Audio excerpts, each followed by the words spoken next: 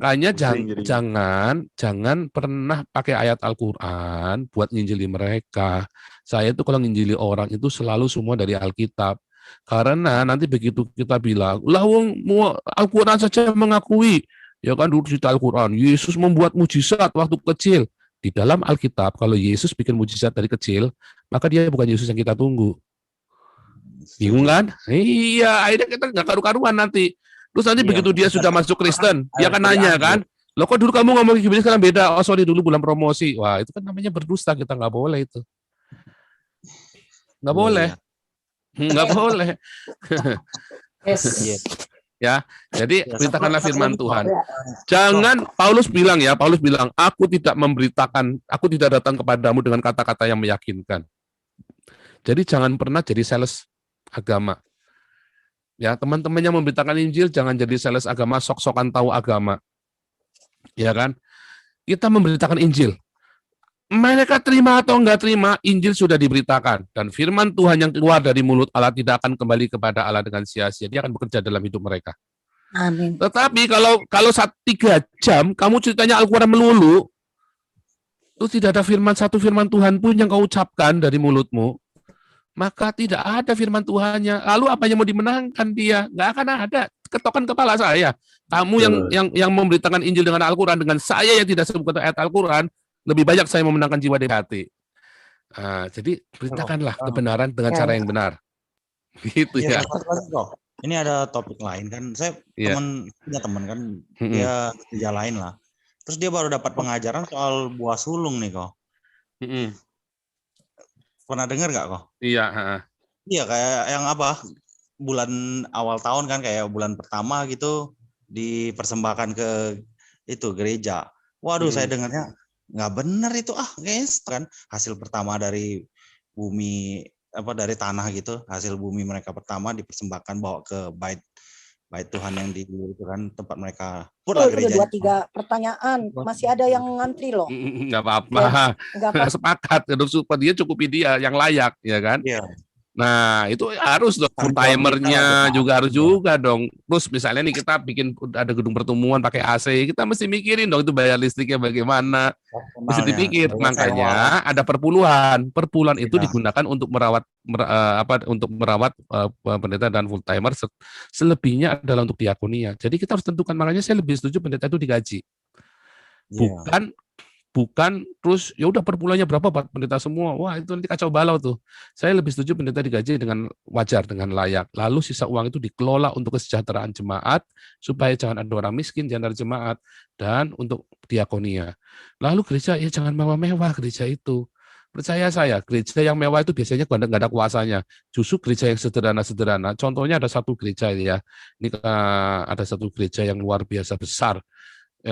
Tetapi sederhana sekali. Dalamnya itu isinya sederhana sekali, ya.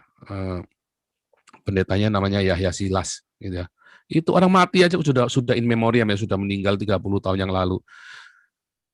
Orang sudah mati saja bisa hidup. Gerejanya tahu nggak jemaatnya 2000 sudah kena tetanus, sudah mati udah dokter bilang ini pasti mati, udah masuk kamar gelap. Kamar gelap berarti sudah pasti mati itu, udah pasti mati, tinggal nunggu mati doang. Itu didoain sembuh loh. Orang kusta sembuh, orang sudah hepatitis dokter udah bilang ini bulan depan mati, paling lama bulan depan juga mati 4 minggu, dia bilang sembuh. Tapi gerejanya sederhana, orangnya sederhana. Dari mana dia bisa begitu? Karena dia nggak cinta uang, udah nggak doyan duit. bukan nggak doyan duit secara ekstrim ya, dia juga butuh uang. Saya pernah lihat dengan mata kepala sendiri ya, ini in memoriam Pak Yahya Silas ini, karena kan sudah dibongkar sama media semua asal-usul saya kan, jadi saya bongkar juga nggak masalah. Dia kasih uang amplop gitu tebel, saya sama dia malam-malam ya pergi ke satu rumah jemaat ya kan, terus dikasih uang amplop tebel, terus dia mau pulang, kita tinggal pulang aja pokoknya, kita dari pelayanan dari Tanjung mau balik ke rumah. Terus dia mau pulang, di tengah jalan, aduh iya, Om itu janji mau ketemu orang, besok orang 1 kali lagi ya, nggak apa-apa ya. Oh besok sekolah jam berapa? Udah tanggung Om, nggak apa-apa Om, kita jalan aja ke sana. Kita pergi ke sana jam 1 pagi, ya kan? Datang orang miskin, orangnya lagi sakit, diketok. Istrinya yang terima kita, cuma doa sebentar, karena suaminya lagi mengerang, nggak karu-karuan kan. Nah, jadi nggak bisa diganggu. Jadi kita doa di ruang tamu sama istrinya, kita didoa dalam nama Yesus. Uang yang tadi dari orang kaya itu, amplop tebel itu dikeluarin, dia cuma ngambil buat bensin aja kita balik, sisanya kasihkan si ibu ini. Gimana kuasa nggak terjadi, coba bayangin. Saya bilang, itu rahasia kuasa Allah itu yang bisa terjadi sama si Om ini. Ngeri ya, orang udah kalau nggak ada, nah itu Tuhan, Tuhan tolong jaga hati saya supaya bisa seperti itu. Saya bukan mau minta kuasanya, tetapi itulah hamba Tuhan. Itulah teladan. Makanya saya percaya masih banyak hamba Tuhan baik. Banyak sekali hamba Tuhan yang tulus hati, saya percaya. Ya kan, dan orang-orang itu dipenuhi dengan kuasa biasanya orang-orang seperti ini, udah nggak doyan duit ini. Bukan nggak butuh duit, nggak doyan duit, hatinya udah nggak melekat sama uang. Lawang dia bikin gereja semua, coba dia jual semua rumahnya, asetnya sudah nggak ada lagi, dia nggak pernah ngemis-ngemis sama jemaat.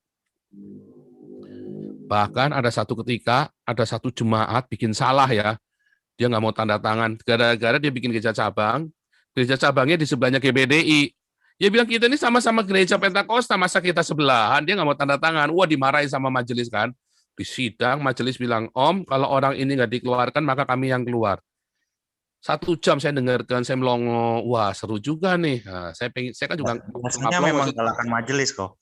Ya, terus Om ini bilang apa? Oke, semuanya udah stuck semua. Si Om ini maju ke depan. Yuk kita berdoa dulu. Berdoa lah. Saya tahu itu basa-basi semua lah, supaya tenang, hatinya lagi panas semua. Saya tahu.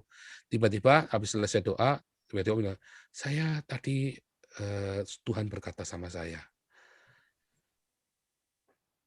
Yesus itu kalau ada 100 domba, 1 hilang. 1 dicari sampai ketemu. Dibawa pulang. Sekarang kita ini ada domba di dalam, sesat, tapi sudah masuk ke dalam kita. Masa kita usir keluar? Wah, semua itu majelis diam semua. Padahal itu majelis itu yang berjaya di pembangunan gereja, gerejanya itu masih bolong-bolong gitu loh. Coba kalau ada pendetamu bisa punya hati seperti itu. Sekarang pendeta begitu kayak saya misalnya kan, langsung salibkan Paul, anak iblis. Kalau memang saya sesat, pertobatkan saya dong, ya kan?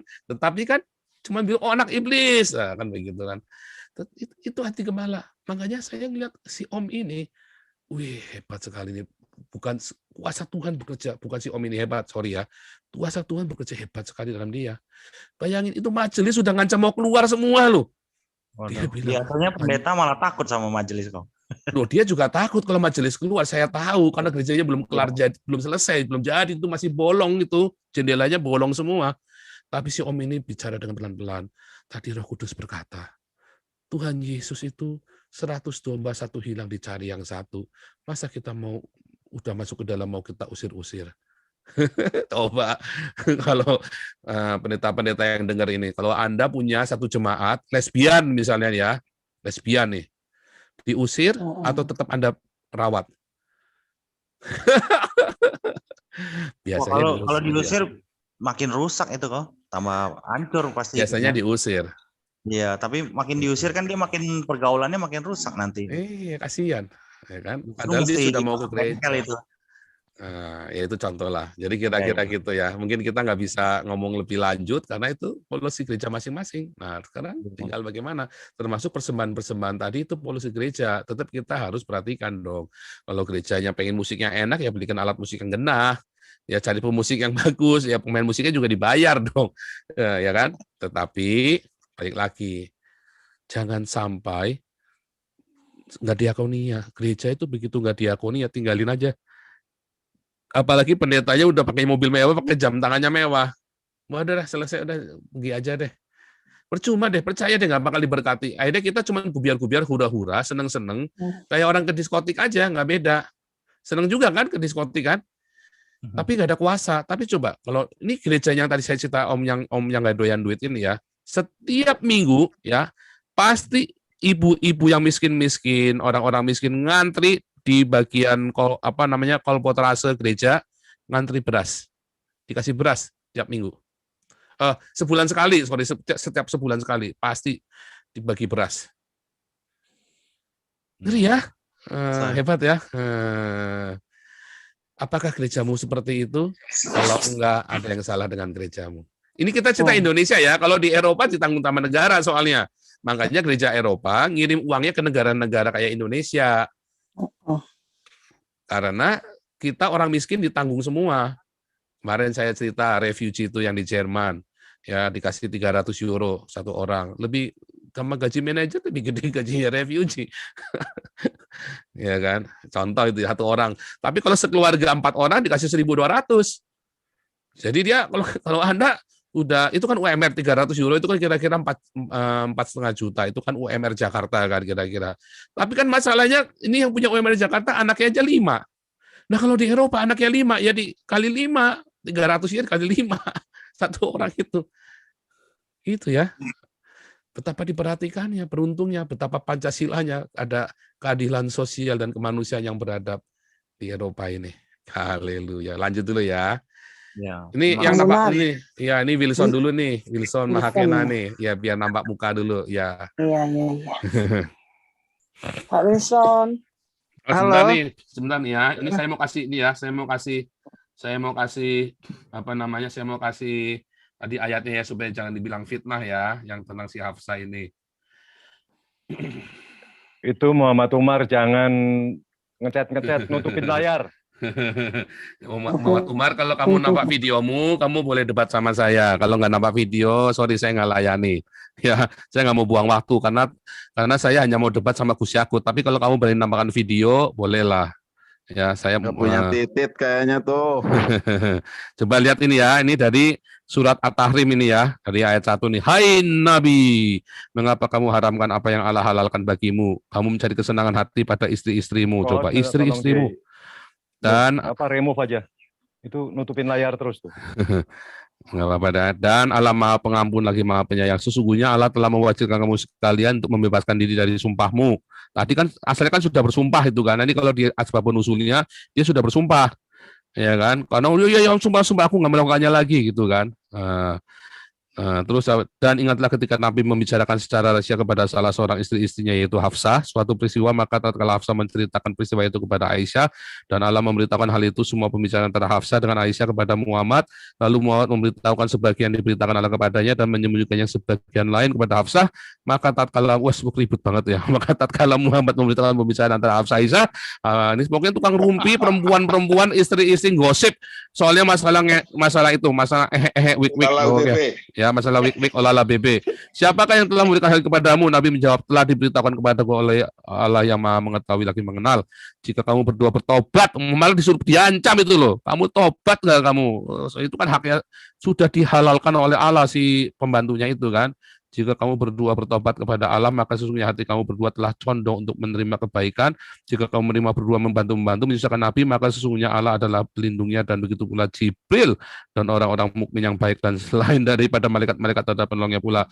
Jika Nabi menceraikan kamu, iya loh, diancam loh. Boleh jadi Robnya akan memberi ganti kepadanya dengan istri-istri yang lebih baik daripada kamu, yang patuh, yang beriman, dan yang taat, yang bertobat mengerjakan ibadah, yang janda dan yang perawan.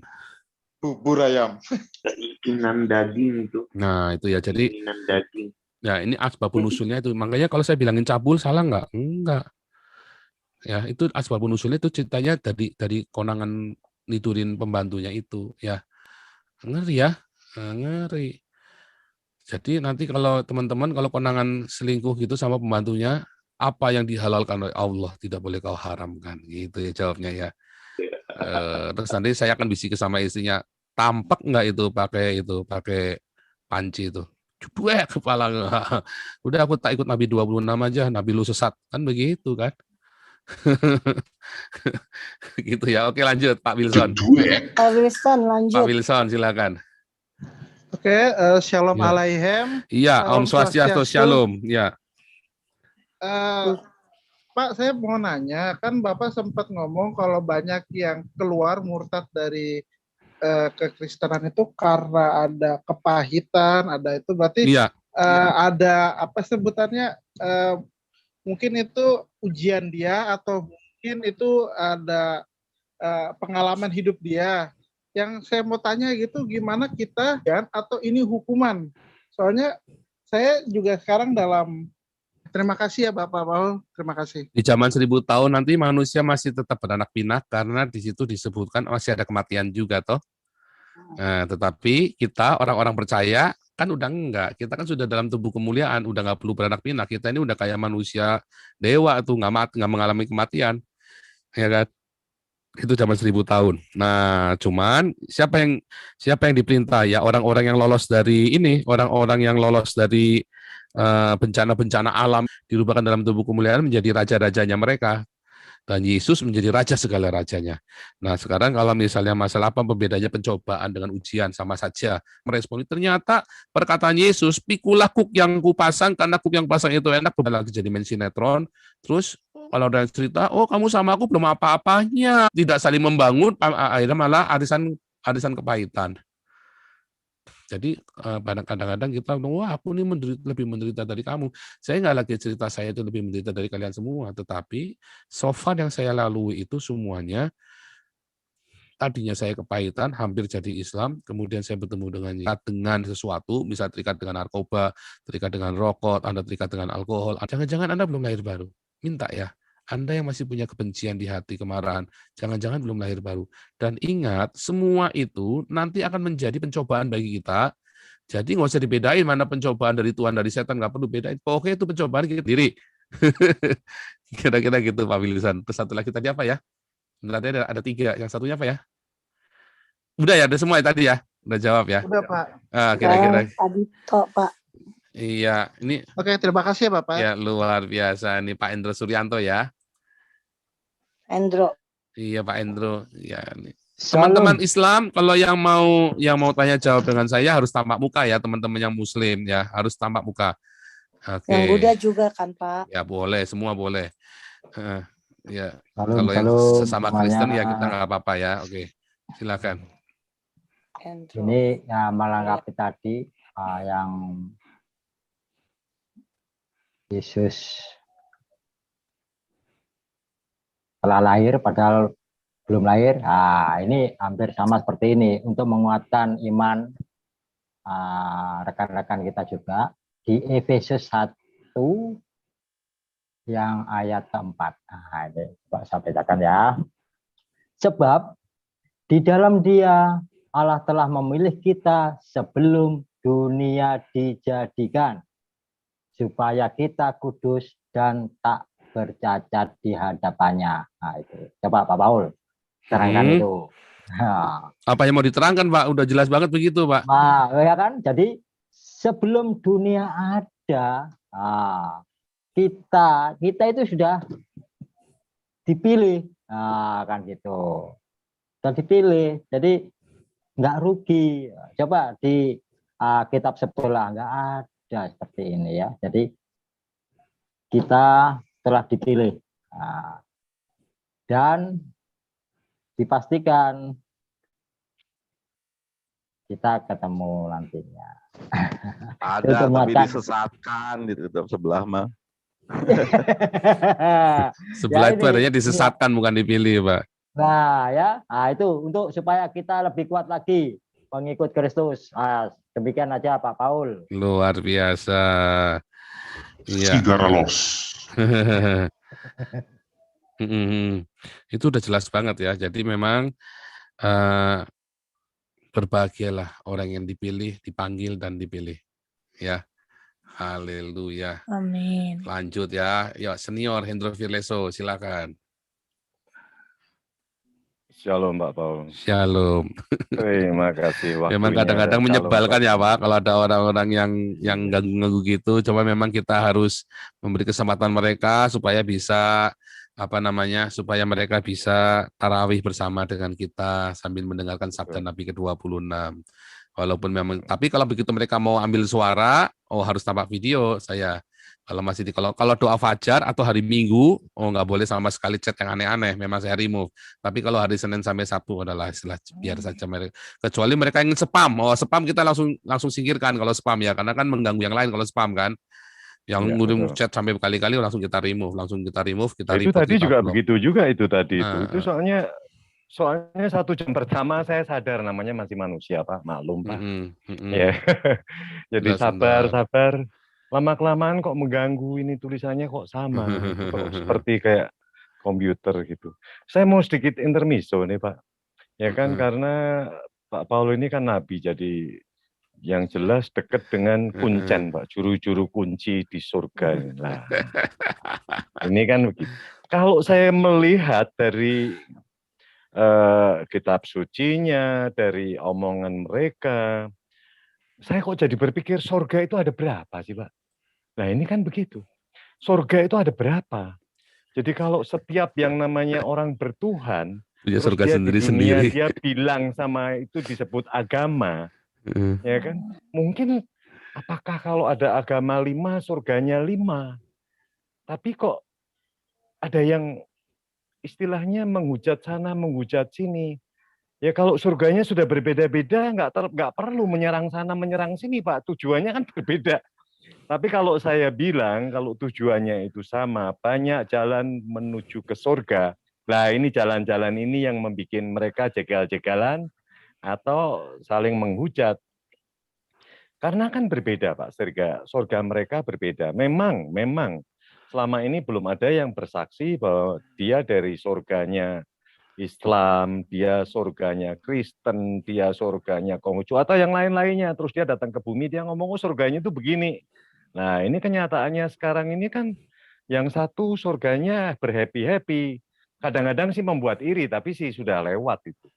Jadi kalau yang di surganya, misalkan surga kita ini yang penuh dengan kesucian, jadi tidak ada yang aneh-aneh.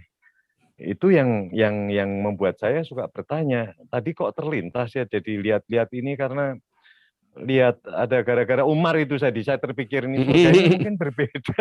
Beda. Itu gimana? Surganya Pak? mereka Berbeda, itu Pak? adalah nerakanya kita, Pak. Nah, ini Karena lebih ada jelas, ya. mengawinkan, ada pesta Betul. seks, ada di situ ya kan. Itu surganya mereka adalah nerakanya kita. Karena di surga kita itu tidak ada kawin mengawinkan. Iya, taunya begitu. Nah, dan memang di dalam Islam di Al-Maidah surat Maryam 171 surat Maryam ayat 71 ya, ayat 71. Mereka semua itu pergi ke neraka, tapi nanti Allahnya mereka akan membebaskan mereka. Masalahnya di dalam wahyu dikatakan Allahnya mereka pun masuk neraka sama-sama mereka, sama Muhammad juga, sama Imam Mahdi. Nah, terus mereka rembukan, wah gimana nih Cing, kita nggak bisa lolos nih. Ya tapi rakyat sudah pada demo nih. Nah kayak sama Habib kan, aku akan membebaskan kamu, kita akan begini, akan begitu. Sekarang Habibnya ditangkap penjara sama anak buahnya semua. Terus anak buahnya nanya, Bib, bajingan kau bilang melepaskan kita. Setan lu, gua aja lagi di sini bareng-bareng sama lu orang. Kalau gua bisa lolos, gua akan demo pimpin 1 miliar orang buat menghancurkan Jokowi. Kan begitu kan, jawabannya kan sama. Itu kan sebenarnya sebuah analogi yang sama antara Habib dengan ini kan, dengan Allah Islam ini kan. Aduh. Iya, soalnya kan saya melihatnya itu kan berbeda. Jadi kalau apalagi tadi Pak Paul bilang ini, kalau di neraka mereka masih bisa sempat begitu. Apa sempat, Pak? Oh, hawanya kan panas, Pak. Iya. Pak, mungkin semua pada jadi karena begitu buka baju semua jadi, wah ini jasus.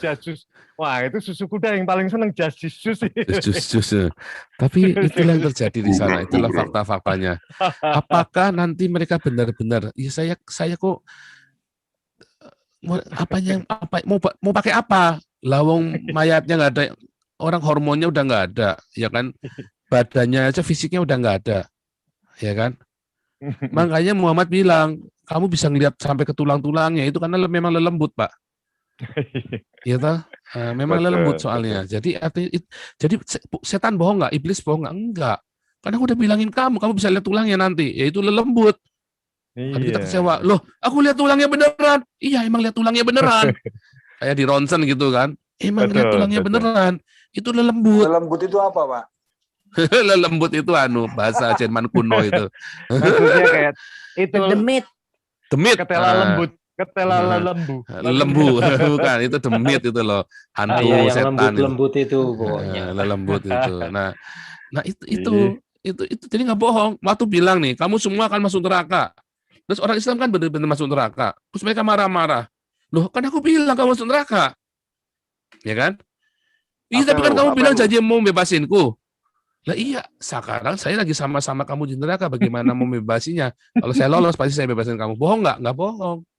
Kalau kan? Itu ya? Yang namanya maha penipu daya, Pak. Nah. Orang kalau nipu, ini kan merah nih warna merah. Saya bilang ini hijau, itu nipu, Pak. Tapi kalau maha penipu daya, saya akan bilang ini merah. Oh iya ini merah. Iya, tapi saya katakan kepada Anda, tatap sekali lagi. Merah kan? Merah. Tatap sekali lagi, merah. Akhirnya kita sendiri ngomong, bukan, itu kuning ya. Kita duduk sendiri, Pak, karena ditonton orang banyak kan. Betul. Ya kan? Oh iya itu kuning ya. Akhirnya kita sendiri ngomong kuning padahal ini merah. Itulah maha penipu daya. Betul. Salesman kalau jago itu nggak bohong. Betul. Itu kecuali orang samin, Pak. Kan ada orang samin. Traffic light hijau dibilang merah itu memang iya, nah itu samin kan. Beda. Itu samin beda kan. Jadi kalau itu berarti kalau itu sudah tidak ada pengampunan lagi kalau sudah masuk neraka dong. Udah nggak ada, Iya, selesai. Kan? Udah Iya, selesai. makanya. Mereka cuma bisa meratapi. Iblis itu waktu datang kepada Yesus, waktu datang kepada Hawa, dia tuh membawa firman Tuhan loh, Pak. Bener nggak salah loh Pak firman Tuhannya. Betul. Tetapi kemudian kita grogi sendiri karena kita tidak cerdik seperti dia, kita tidak paham firman Tuhan. Makanya ayo orang Kristen jangan suka memberitakan Al-Quran, bodoh kalian, beritakanlah Injil. Biarkan mereka kan kalau lagi debat-debat di sini, ayo gantian dong tanya balik. Ngapain saya tanya balik? Saya butuh mereka tanya Alkitab saya supaya mereka jangan dengar dari Irena Handono sama si Hani Christian, sama Stephen Indra, sama Kaimana, sama Yaya Woluni yang tolol-tolol itu. Mereka tanya, saya jawab, ini loh jawabannya. Jadi mereka kaget-kaget, ternyata beda ya. Oh kaget-kaget mereka Pak. Seperti saya jawab, akhirnya apa? Oh kamu bohong. Cuma bilang bohong doang, padahal saya ngomong ada semua di Alkitab. Tapi mereka nggak nyangka bahwa itu ada semua di Alkitab, karena mereka dengarkan dari si nenek lampir, si nenek Irena Handono yang maha gatel itu. Mereka berarti senang dibohongin dong. Tapi lebih bagus berarti Agustan, Pak. Dia kan jujur. Aduh, saya nggak tahu tuh. Saya soalnya baru ilmu saya cetek. Saya masih menghargai sih orang yang jujur ini. Ya tapi kan konyol juga, Pak. Konyol juga si Agustan ini. Kalau ilmunya cetek, kok berani ngajarin saya? Saya sekolah teologi bener. Saya doktoral, Pak. Dia itu S1-nya saja teologinya abal-abal. Masih ngaku-ngaku dia masih lebih tahu daripada pendeta-pendeta kayak saya. Nah ini kan berarti saking tololnya bebalnya, Pak. Kan nyoba-nyoba, Pak. Boleh dong. Dia kan mau nyoba-nyoba supaya ada pengakuan dari gerombolannya dia. Nah, dia gitu pansos karena memang YouTube-nya udah nggak laku, Pak. Dia pansos. Gitu. Dia memang mampir supaya tampil, supaya orang kenal dia. Pansos dia, Pak. Memang, Pak. Betul. Iya. Nah ini saudara-saudara saya, bahwa neraka itu sudah tidak ada pengampunan lagi. Sebelum terlambat, Anda harus memilih yang mana yang benar. Dan mana yang membawa Anda itu menuju ke jurang yang benar-benar Anda tidak bisa balik lagi. Pengampunan diberlakukan di waktu Anda hidup, bukan di waktu Anda setelah mati. Mati adalah finish, the end, game over. Anda di waktu masih hidup, Anda punya pilihan. Cepat ambil pilihan supaya jangan salah langkah. Terima kasih Pak Paul. Nah, pemikirannya balik lagi. Dari mana Agustan punya pikiran menghalalkan darahnya saya, coba? Padahal yang saya ngomong kan benar semua, nggak ada yang salah, nggak ada yang menistaan agama. Nah, itu. Karena dia memang... Ya karena diekspos, Pak. Coba kalau nggak diekspos, coba kalau diam-diaman nggak mungkin, kalau ketemu berdua nggak mungkin ngomong begitu, Pak. Belum tentu berani. Itu kita harus menyadari juga Belum tentu berani. Tapi bisa juga itu ide dari neraka juga bisa, Pak. Ada orang kesambet begitu, Pak. Jadi kalau di GPPS itu, kalau di gereja GPPS itu, gerejanya si Agustan itu percaya itu ada kesambet, Pak. Nah, itu, kalau ngomong disakiti dia gitu, Pak. Orangnya lembut sekali. Sekarang jadi beringasan begitu, Pak. Halal darahnya Paul, halal darahnya Saifuddin, halal darahnya Fadila Mulia. Masalah. Berarti kan dirasuk iblis, Pak. Betul. Dia buka pintu memang buat iblis bagaimana. Semua orang kalau dekat Hani itu, orang-orang itu bilang, itu rasa kayak kokonya. Makanya Hani temennya banyak dulu waktu di Kristen. Begitu Hani jadi Islam, mereka kaget semua. Kok jadi beringasan begitu ya? Kok jadi haus darah begitu? Itu kayak ritual menghina saya sebagai orang Kristen. Iya itu. Sama sholat jam 9 tuh, jam 9. Semua kan. Dia itu datang bawa, setiap kali dia ke rumah saya, dia bawain daging. Karena dia tahu waktu itu saya masih dalam prihatin gitu kan. Saya lagi setahun tuh saya doa puasa, nggak kerja apapun. Terus dia datang, saya nggak tahu ya bagaimana dengan ini ya dia. Tetapi dia selalu datang bawa makanan buat saya. Dan itu membuat saya itu benar-benar sampai hari ini ngerasa, oh Tuhan baik sekali justru melalui musuh saya Tuhan pelihara hidup saya. Makanya waktu beliau meninggal itu, saya belum sempat rekonsiliasi itu, saya nyeselnya minta ampun itu. Tetapi sekarang terapkan, saya sekarang lagi mikir, kenapa dia dulu melakukan buat saya ya? Ternyata dia sedang membuka pengampunan buat saya loh. Saya itu, yang dia nubuatkan sama saya, jadi waktu dia marah sama saya itu, tiap hari dia datang nggak ngutukin loh. Tidak ada satupun kata kutuk loh. Dia datang, saya disuruh bernubuat sama Tuhan buat kamu. Saya itu jengkel sama kamu. Kamu tuh nyakitin saya dan keluarga saya. Tetapi saya disuruh bernubuat yang baik. Saya protes sama Tuhan, dia bilang gitu. Disuruh bernubuat yang baik-baik tentang saya. Gitu ya, dan hari ini saya terjadi, semua yang dia nubuatin terjadi semua. Gitu ya, jadi ya, jangan pernah membenci orang Islam. Tetapi kita justru harus kasih mereka makan, ya itu yang akan membuat kebencian kita itu hilang. Saya tahu banyak orang banyak orang-orang minoritas yang mengalami seperti saya. Kenapa saya nggak membenci Islam? Karena saya membuka hati saya buat mereka semua. Saya kasih makan terus mereka. Selama saya waktu di Indonesia itu, setiap kali saya saya kumpul-kumpulin, yuk kita kasih makan mereka, yuk kita kasih makan mereka. Itu yang membuat saya bisa bertahan, bisa penuh dengan kasih. Tiba-tiba saya melihat mereka itu kasihan bener ya, mereka mereka itu benar-benar ditipu oleh ulama-ulamanya mereka. Ulama-ulamanya mereka sendiri tertipu juga dari ulama sebelumnya, dari guru-gurunya. Tetapi beberapa orang yang sudah terbuka, suatu ketika saya presentasi tentang khilafah terakhir itu ya, Muhammad bukan keturunan Ismail, terus saya endingin dengan cerita orang Samaria yang murah hati. Mereka semua tercekam, mereka diem melongo. Oke, ada pertanyaan, mereka diem. Terus sambil tercekat gitu suaranya, si pemimpinnya bilang, wah, kali ini Pak Paul mengkristenkan kita semua nih, sudah berhasil mengkristenkan kita semua. Dia bilang begitu kan, bercanda ya. Dia bilang, oh, amin ya. Dan memang saya tahu ada banyak orang yang haus akan Kristus, tapi mereka takut. Nyatanya sekarang coba, banyak yang teman-teman Muslim, kecuali Pak Siliwangi ya sudah nampak muka, banyak yang nggak berani tampak muka. Kenapa? Karena takut. Mereka diintimidasi roh ketakutan. Banyak yang mau terima Yesus, tapi mereka takut. Makanya saudara-saudara yang Kristen, kamu aja takut, apalagi mereka. Kamu aja yang Kristen dari lahir takut, apalagi orang yang dari kecil diajari radikal, terus tiba-tiba ada mau terima Yesus. Oh ya, ada pengumuman ya, itu karyawannya Kak Liso itu, Mas Dwi itu sudah dibaptis ya kemarin ya. Pengumumannya luar biasa ya. Dia kata Kali Liso tiap hari curi-curi dengar YouTube-nya Nabi ke-26 katanya. Curi-curi, lama-lama dia bertobat, saya mau terima Yesus juga. Karena dia mungkin ngeliat Pak Siliwangi, ngeliat Firdaus, kok dibaptis lagi, mungkin dia ikut, wah aku juga mau dibaptis juga, mungkin begini gitu. Dia mau, Umar bentar lagi nih. Ya, Umar, makanya jangan diusir. Saya kalau hari Minggu dia spam kita usir, kalau lagi doa fajar ya kita remove, tapi kalau lagi begini, biar kecuali spam, kata yang sama ratusan gitu ya kita spam, berarti memang dia, kalau itu kan dia cuma pengen tahu. Nah Umar kalau mau nampak muka, boleh sama saya, supaya jangan buang waktu sayanya. Begitu. Haleluya. Oke, lanjut dulu ya. Lanjut dulu nanti siapa ya? Ini ya, Novan ya. Novan terus ini.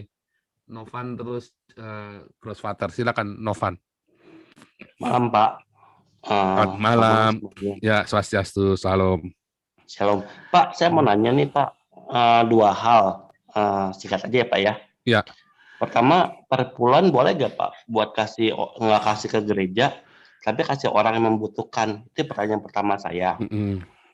Terus yang kedua, kan kalau kita udah bertobat, lalu terus kita jatuh dalam dosa tuh Pak. Terus kita perlu nggak Pak minta ampun lagi? Karena kan Yesus kan udah menebus kita sekali untuk seumur hidup. Itu aja sih Pak. Makasih banyak ya Pak. Jadi gini, perpuluhan itu sebetulnya memang tadinya, dia dikisah para rasul, semua persembahan itu untuk orang miskin. Ya, semua persembahan itu untuk orang miskin, untuk diakonia. Itulah gereja perjanjian baru. Nah, tetapi kalau kita ada pemimpin rohani, dia nggak punya dia nggak punya pekerjaan, kerjanya cuma kerohanian saja, ngasih makan umat. Ya kita harus ini dong, kita harus kasih juga dong bagian dari kita. Perpuluhannya kita kasih ke beliau. Nah, beliau yang nantinya membagikan. Kalau ada kelebihan, beliau membagikannya untuk diakonia. Bahkan mungkin bisa sama-sama. Ayo kita sama-sama yuk dikoordinasi. Nah, beliau harus memobilisasi umat untuk belajar diakonia. Gitu, supaya jemaatnya diberkati. Tapi kalau beliau nggak ngajarin diakonia, ya nggak usah. Jangan pergi ke gereja itu lagi. Itu bukan pendeta, itu mau dagang itu. Dia bukan hamba Tuhan, dia mau dagang.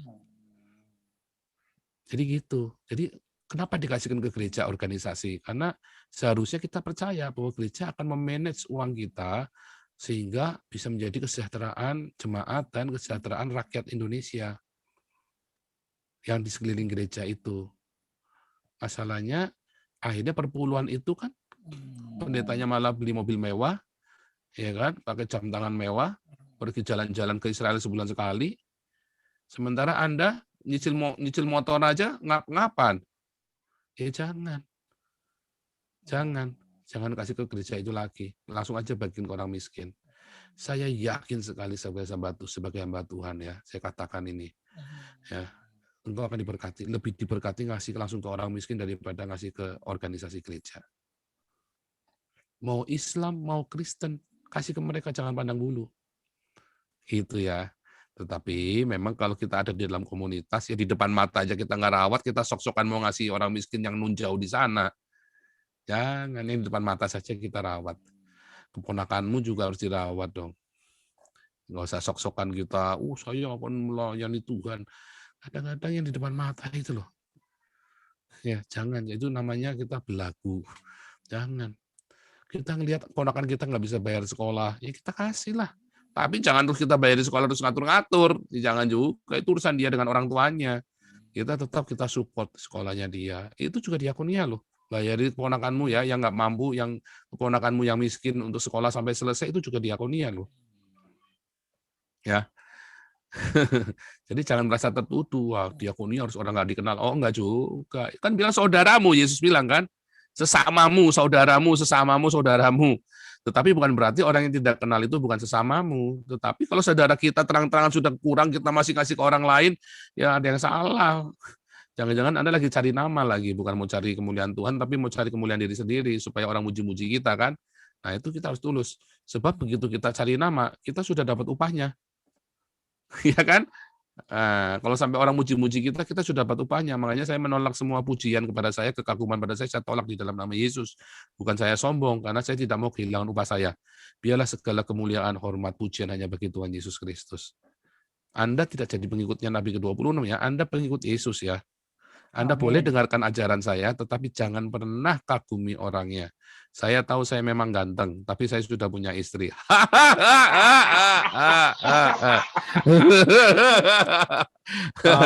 Dan saya tidak berencana buka lowongan.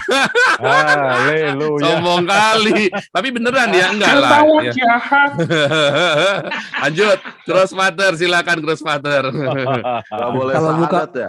Kalau buka lowongan nanti keluar lagi ayat. Ya, nanti keluar hadis lagi ya, Crossfather. Nah ini dia nih. Ini enaknya di gimana ini nih. Ini kalau backgroundnya hitam keren nggak nih? Mau bikin topi apa bikin apa gitu loh. Pak, sorry, mau pertanyaan kedua bisa dijawab nggak Pak? Oh, pertanyaan kedua boleh. Habis ini Crossfather. Kita sambil santai ya. Crossfather silakan. Pak Novan. Iya. Saya kan nanya tadi Pak, kan kalau misalnya orang Kristen berbuat dosa kan jatuh tuh Pak, jatuh dalam dosa. Terus kan Yesus kan mati buat sekali untuk semua hidup gitu Pak. Apa kita harus mengakui dosa kita lagi gitu kan? Harusnya kan dia udah selesai gitu, udah nutup kan. Oh iya, yang itu. Jadi kita harus mengakui dosa kita dong. Itu bukan dosa ya, tapi jatuh di dalam pencobaan namanya. Kita jatuh dalam pencobaan sehingga kita tidak kudus lagi. Kita minta disucikan. Minta pengampunan dan minta disucikan. Nah, seperti Daud kan, dia minta disucikan. Kadang-kadang kita lengah, kadang-kadang kita mencobai diri sendiri. Kadang-kadang kita terlalu naif sehingga kita jatuh dalam pencobaan. Kita minta diampuni. Kadang-kadang kayak saya nggak sengaja saya nyakitin orang. Saya pikir orangnya nggak sakit hati itu kan, kayak sahabat saya itu kan nggak tahu, dan Tuhan akan menghibur hati kita, mengencourage supaya kita tidak berbuat kesalahan yang sama. Tetapi yang masalah yang berbahaya, kalau tadi berbahagia, ini berbahaya adalah orang kalau udah bikin salah nggak berasa kalau dia salah. Hati nuraninya udah tumpul, Alkitab bilang kan. Nah, itu hati-hati. Ya, orang yang ya itu hati-hatilah hati nurani tumpul. Jangan sampai hati nurani kita tumpul. Tetap minta ampun ya, minta Tuhan Yesus. Karena Ia setia dan adil. Barang siapa bersalah, 1 Yohanes 3 ayat 1 Yohanes 3:9 ya, mengaku dosamu. Barang siapa berdosa mengaku dosamu, Ia setia dan adil. Ya, Ia akan mengampuni dan menyucikan kita. Lanjut, Crossfather, silakan. Iya. Ya. Selamat malam, Bro. Iya. Ya, itu udah diwarnain ya. Tinggal bikin. Gimana tuh ya? Kaos. Ada idenya nggak tuh bikin kaos atau bikin apa tuh ya? Iya. Saya lanjut dulu Pak Paul ya. Ya lanjut. Itu kalau Opung JJ kalau itu belakangnya hitam tapi tulisannya jadi putih, Pak. Nah, itu jadi bisa. Iya, bagus juga itu kayaknya. Bisa jadi putih semua. Jangan putih berwarna. Semua malah ya. Jangan warna ya. Kalau basicnya putih ya itu harus berwarna memang. Kalau basicnya hitam. Nah, itu harus putih. Putih semua. Kayaknya basicnya bagus hitam deh. Bagus hitam ya. Pak, jadi jam 6 atau setengah 7 nih, Pak. Kita selesai jam 7 nanti. Oke. Kita selesai jam 7. Ini berarti jam 40 menit lagi ya. Jam 12 waktu Jakarta ya. Ya. Karena jam 5 pagi waktu Jakarta kita ada doa fajar. Ya, lagi Opung JJ. Oke. Sebentar Mbak ya. Mohon izin Mbak. Jadi ini kaitannya dengan tema kita malam ini. Ya saya sendiri sih belum pernah sama sekali membaca buku lain kecuali Alkitab gitu ya. Karena Pak Paul juga melarang jangan baca-baca yang di situ gitu ya. Ya, lebih bagus baca Kopingho aja lah. Pak Paul itu kan sering mengatakan dan selalu berulang-ulang bahwa sebagian dari ajaran yang sebelah itu membantah Yesus tidak disalibkan, tapi diserupakan. Yesus bukan Tuhan, hanya manusia biasa. Alkitabnya kita itu sudah dipalsukan dari aslinya. Kalau ketemu orang Yahudi atau orang Nasrani boleh dibunuh gitu ya. Mungkin ini salah satu penyebab adanya menghujat ajaran Kristus dan kegiatan-kegiatan membakar gereja gitu ya. Jadi pertanyaan saya itu yang pertama untuk Pak Paul, yang kedua nanti untuk teman-teman yang lain lah. Apakah Pak Paul masih ingat nggak dalam buku apa ya? Boleh nggak Pak Paul menunjukkan ayat-ayat yang mengatakan penghujatan seperti ini? Supaya kami sama rombongan yang lain ini semakin ngerti mengapa intoleransi itu. Ya? Maksudnya bagaimana? Ada nggak ayat-ayatnya yang menyebut salah satu dari kata-kata yang tadi yang saya sampaikan tadi, kalimat itu Yesus katanya tidak benar disalibkan tapi diserupakan gitu ya. Di mana itu ada ditulis gitu ya? Oh, itu kan yang itu di Al-Imran 53 54 kan? Iya. Iya, walahu khairul makirin itu sebelumnya diceritain bahwa Yesus itu sebenarnya mereka tidak menyalibkan Yesus, tapi orang yang diserupakan Yesus karena walahu khairul makirin, Allah sebaik-baiknya penipu daya. Orang-orang kafir melakukan tipu daya, tapi Allah adalah sebaik-baiknya penipu daya, begitu. Jadi berarti di Al-Imran 53 54 itu. Iya, jadi berarti sebenarnya bukan orang mereka yang menghujat ajaran kita, justru Muhammad. Ajaran mereka yang menghujat ajaran kita gitu ya. Muhammad yang menghujat. Dan memang dari awal makanya Muhammad itu juga menghujat orang Quraisy ya. Makanya waktu itu mau dibunuh sama orang Quraisy kan. Karena menghujat orang Quraisy dan dia kabur. Jadi Anda kan ada ini tadi yang celomongan, Nabi kok kabur lah. Muhammad aja kabur kok. Kalau saya enggak kabur, memang saya sengaja. Nah, kalau Muhammad itu kabur, peteng hilang, malam-malam hilang itu. Kabur dari Mekah ke Madinah. Oh, itu fakta sejarah, itu beneran. Muhammad kabur ke Madinah karena mau dibunuh sama orang Quraisy. Anak buahnya ditinggal, dia lari sendirian. Iya. Muhammad yang kabur. Kedua ini Muhammad ke Madinah itu dia kabur ya, karena mau dibunuh sama orang Quraisy itu Muhammad itu. Makanya dia jadi refugee, dia jadi minta asilum, minta suaka politik di Madinah itu, ya kan? Siapa yang kasih suaka politik kepada Muhammad? Orang Yahudi. Begitu di Muhammadnya sudah kuat, orang Yahudinya diusir dari Madinah. Kan kurang Nah, ajar. kalau Ya? Alkitab itu dipalsukan dari aslinya, maksudnya gimana dia? Bahwa Alkitab itu sudah dirubah-rubah oleh mereka, kata Muhammad begitu. Yang berubah maksudnya? Ya dirubah-rubah, nggak tahu apa yang dirubah. Termasuk katanya, di dalam Alkitab itu sudah ada tuh kata-katanya Musa itu sudah dari Torah sudah menubuatkan kedatanganku, Yesus sudah menubuatkan kedatanganku. Lo memang aslinya dipegang sama siapa? Ya aslinya nggak tahu sama siapa. Ya kan Muhammad Muhammad memang lagi kesurupan begitu, dia ngomong orang kesurupan mah boleh ngomong bebas, bisa ngomong apa aja. Bukan, maksud saya kalau bisa bilang ini dipalsukan berarti dibilang orang kesurupan kan Muhammad, orang Quraisy bilang bahwa Muhammad adalah penyair kesurupan. Ada di Al-Qur'an ya. Muhammad adalah penyair kesurupan. Itu ada di dalam Al-Qur'an. Orang Quraisy bilang Muhammad itu penyair kesurupan.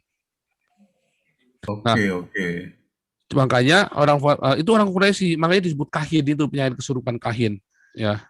Itu ada di ininya. Kenapa kami harus percaya kepada kamu penyair kesurupan begitu? Oke. Ya. Itu jadi, ya.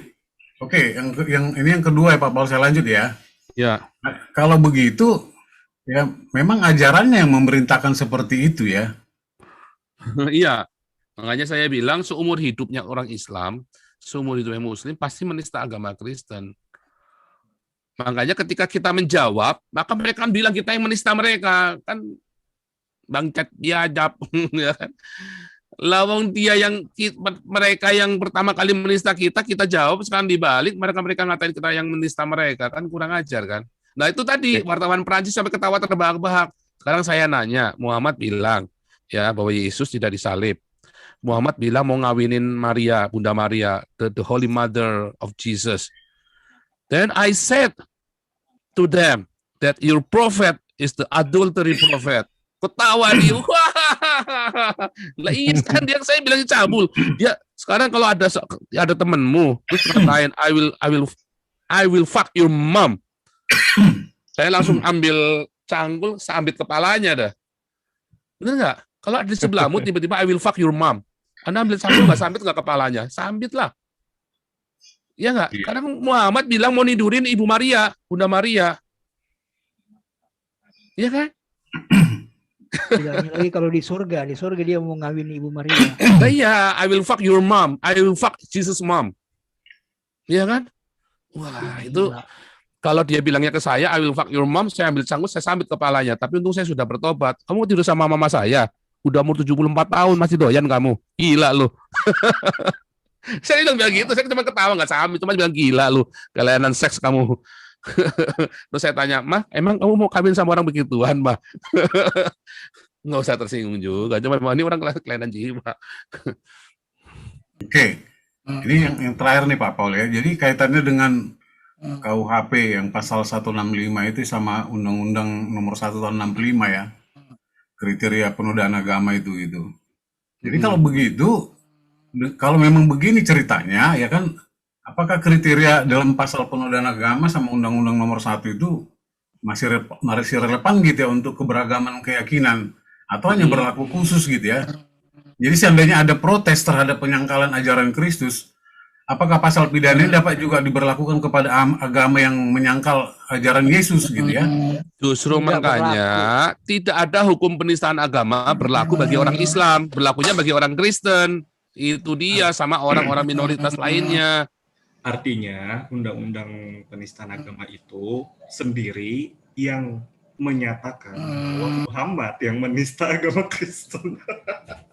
Berarti undang-undang penistaan agama. Iya, tapi kan nggak pernah berlaku, nggak pernah ada orang Islam yang dipenjara gara-gara menista agama Kristen, agama Hindu atau agama Buddha. Belum pernah ada.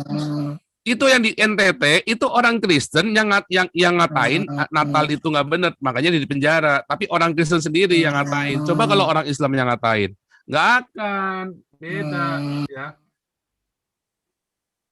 Oke, ya cukup segitu aja dulu Pak Paul. Ya, terima kasih Pak Paul ya. Ya, oke lanjut ya. Wijoyo Huang, silakan Wijoyo Huang. Mana nih Wijoyo Huang nih? Shalom, Ya, shalom. Ya. Saya beberapa kali sudah lihat Ko Paul ini. Iya. Ya, termasuk salah satu yang suka dengan Ko Paul. Iya.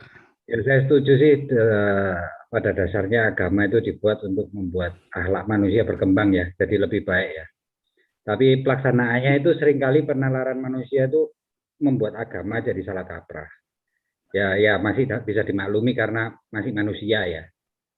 Karena manusia nggak ada yang sempurna. Tapi karena itu saya juga setuju karena gimana manusia itu harus berjuang dengan benar, bukan beragama yang benar ya, gitu. Nah seperti kayak tentang Islam, saya nggak bisa ikut terlalu banyak komen ya, karena saya nggak ngerti agama Islam. Cuma saya tahu ada beberapa orang Islam yang baik juga memang, yang misalnya kayak saya juga pernah dengar kayak Cak Nun ya. Cak Nun itu juga ngomong gimana kalau engkau nggak bisa percaya kalau Allah bisa menyediakan untuk hari besok, maka engkau sudah menghujat Tuhan gitu. Saya juga istilahnya saya juga setuju dengan Cak Nun waktu itu. Cuman banyak yang dari kekristenan sendiri itu sering debat-debat dengan menyesatkan yang lain juga ya. Kayak misalnya kayak tentang Tritunggal, Oneness, Sabelian, Jehovah Witness kayak gitu yang biasa kita dengar kan sering debat masalah itu semua ya. Nah, mungkin kalau kita bicara tentang Tritunggal atau Bapa sama dengan Yesus sama dengan Roh Kudus, pada dasarnya semuanya memang betul ya kalau saya lihat ya. Cuman mungkin yang dilupakan orang-orang ini mungkin tentang karya keselamatan itu sendiri. Jadi yang nggak pernah dijelaskan itu tentang, memang sudah dijelaskan, cuman yang didebatkan itu mungkin tentang Tritunggal atau Oneness atau Sabelian atau apa gitu ya, atau Jehovah Witness. Misalnya kayak Jehovah Witness sendiri, saya juga sering dulu banyak orang dari luar ya, kan di Malang sini banyak orang dulu ada yang dari Inggris, dari Belgia itu datang ke sini itu kadang-kadang ngomong sama saya. Itu mereka kayak menganggap Yesus itu sebagai malaikat ya. Kalau saya sih menganggap memang Yesus nggak bisa dijadikan malaikat kan. Cuman karena kalau melihat di kitab Perjanjian Lama itu sebagai Malach Adonai ya. Jadi Yesus juga sebagai malaikat juga kan waktu itu ya. Jadi saya kira masih bisa dimaklumi juga kalau memang punya penalaran kayak gitu. Tapi yang intinya itu kan tentang karya keselamatan ini sendiri. Jadi mungkin yang harus dijelaskan bukan perbedaannya, tapi tentang persamaannya mungkin ya. Gitu kalau menurut Ko Paul itu gimana itu? Ya kalau menurut saya tidak ada seorang pun yang berhak mengatakan orang lain sesat. Iya betul, saya setuju itu. Karena jadi, yang bisa mengatakan sesat atau dosa itu cuma Tuhan. Misalnya nih Tuhan Yesus, ya kan? Tuhan Yesus itu kita nih percaya kepada Tuhan Yesus sesuai dengan iman kita masing-masing, ya kan? Tapi tiba-tiba Muhammad berani ngomongin bahwa nanti orang Nasrani masuk neraka, ya kan? Iya. Karena menganggap Yesus adalah Tuhan, ya kan? Nah itu kan penistaan benar kan? Coba Ya, Muhammad waktu itu tinggal di zamannya Bizantin, bisa hilang kepalanya itu ngomong, ya kan? Nah, penistaan itu kan buktinya penistaan bahwa dia kepalanya bisa hilang itu, ya kan? Artinya itu penistaan. Kalau hidupnya di zamannya Konstantinopel itu kan, tetapi kan dia berani ngomong begitu karena dia ngomongnya di Arab waktu itu kan, ya kan? Dimana di situ yang mayoritas orang-orang Quraisy. Nah, karena satu pihak kan bilang kan telah kafirlah ya di dalam Al-Maidah 72 telah kafirlah orang yang berkata bahwa Allah adalah Isa putra Maryam, ya kan? Ya. Wah itu penistaan besar. Sekalipun saksi Yehova berkata bahwa Yesus bukan Allah, tetapi Muhammad itu ngomongin kita kafir. Nah sekarang kalau saya balik Muhammad itu orang nggak benar, kalian marah orang Islamnya kan? Nah kalian ngomongin kita boleh, kita ngomongin kalian nggak boleh. Saya bilang kan bajingan bangsa terkutuk orang begitu kan? Nah nggak boleh begitu dong, jangan dong. Kalau kamu bisa ngatain kita, kita juga bisa ngatain kalian dengan hal yang sama. Bahwa kalian ngatain kita nggak benar, kita juga bisa ngatain kalian nggak benar. Bukti-buktinya pun sudah jelas. Tetapi kan balik lagi kita kan mengasihi kalian, tapi kalian jangan dong sok-sokan terus mau menang-menangan. Sekarang kalian mau tangkap saya kan kelabakan kan. Kalian kemarin Apollinaris di penjara, Saifuddin ngomong salah dikit di penjara, Fadila Mulia diuber-uber, kemarin si Ahmad Fauzi diuber-uber sedemikian rupa sampai dia menggilakan dirinya sendiri. Dan banyak lagi Omega Suparno dibunuh kan, langsung dicincang itu sama 3 orang itu. Muhammad Kaceh diuber-uber, siapa lagi, semua digituin semua, ya kan? Nah, sekarang kalian nggak bisa ngapa-ngapain, saya bingung dah kalian. Nah, ya kan? Sekarang saya ngomong, Muhammad itu, saya bilang apa? Mesum. Kalau mesum salah juga, bilang apa? Porno, Muhammad porno. Ya kan? Playboy, Pak. Mungkin itu karena itu bukan playboy. Kalau sama anak kecil bukan cuma playboy lagi. Kalau playboy itu dia cuma ganti pasangan. Kalau ini dipiara sama pembantu pun dihajar juga, diranjang istrinya. Itu kurang ajar. Iya betul. Nah, itu bukan playboy, itu penjahat kelamin malah. Papa boy. Iya, penjahat kelamin dong. Anda ngomongin apa coba? Kalau Anda punya teman begitu, wah gila lu penjahat kelamin lu. Kan gitu kan? Malah mau saya berkawan dengan dia, Pak. Wah, nggak akan mau, saya juga nggak mau. Iya. Wah, ini orang jangan-jangan ntar dia papain pula istri kita kan dirayu-rayu, diapain. Waduh. Terlalu ganteng, Pak, jadi laku. Masalahnya dia bukan terlalu ganteng. Kalau dia datang orang itu nggak mau digorok sama dia, lah itu tadi istrinya udah bisik-bisik aja diancam mau dicerai kok. Masalahnya juga anak laki-laki juga ada yang digarap sama dia kan? Nggak tahu, kalau itu kan kita nggak boleh. Kalau hadisnya itu kan hadisnya masih Hasan itu nggak jelas, bukan doif tapi Hasan nggak jelas. Jadi kita nggak tahu juga. Jadi hadisnya itu kita belum tahu, ya kan?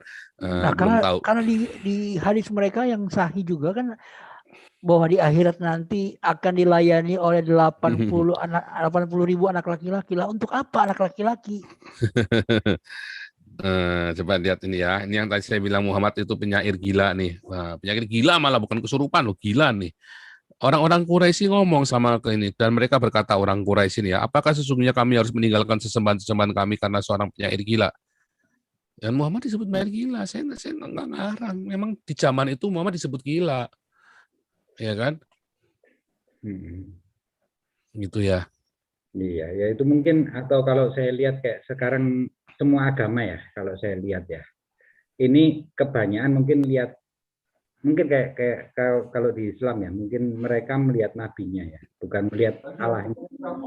Yang paling penting kita kalau jadi orang kan kita harus mengenal apa yang jadi kehendaknya Allah ya, bukan kehendaknya manusia. Kayak sama kayak kok Paul ngomong juga, jangan lihat saya, melihat aku, kan gitu ya. Karena itu kan melihat cuma lihat yang dinalarkan sama orang, bukan dinalarkan yang bukan dari wahyu itu sendiri atau dari firman itu sendiri. Tapi banyak orang kan menalarkan sesuka hatinya sendiri itu ya. Itu yang membuat jadi masalah kan biasanya. Gitu. Jadi saya kira Tuhan pun ingin supaya kita mengenal Tuhan ya, bukan mengenal nabinya, gitu kan ya. Nah, saya kira juga gitu. Makanya kalau sekarang banyak orang melihat pendetanya atau melihat nabinya, mungkin itu malah jadi bikin sumber masalah mungkin mas. Gitu. Tapi kan memang patokannya nabinya. Ya, masalahnya itu Pak. Nah, itu susahnya. Itu. Masalahnya patokannya nabinya itu. Iya. Dan kalau saya berpikir begini Pak, sekarang gini Pak. Gini.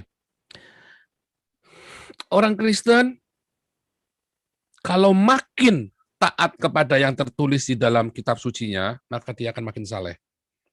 Tetapi begitu dia tidak taat dan dia mulai ngarang-ngarang, malah dia ngikutin dogma daripada kitab suci, maka dia kejam. Contohnya Zwingli. Zwingli bunuh ratusan orang. Zwingli itu membunuh ratusan orang Anabaptis karena dia kekeh dengan dogmanya dia. Bukan Alkitabnya dia. Alkitab berkata jangan membunuh. benci aja nggak boleh. Zwingli memberikan kebencian. Dan dibunuh Pak orang-orang Anabaptis, orang-orang pengikut Mennonite ini dibunuh sama Zwingli.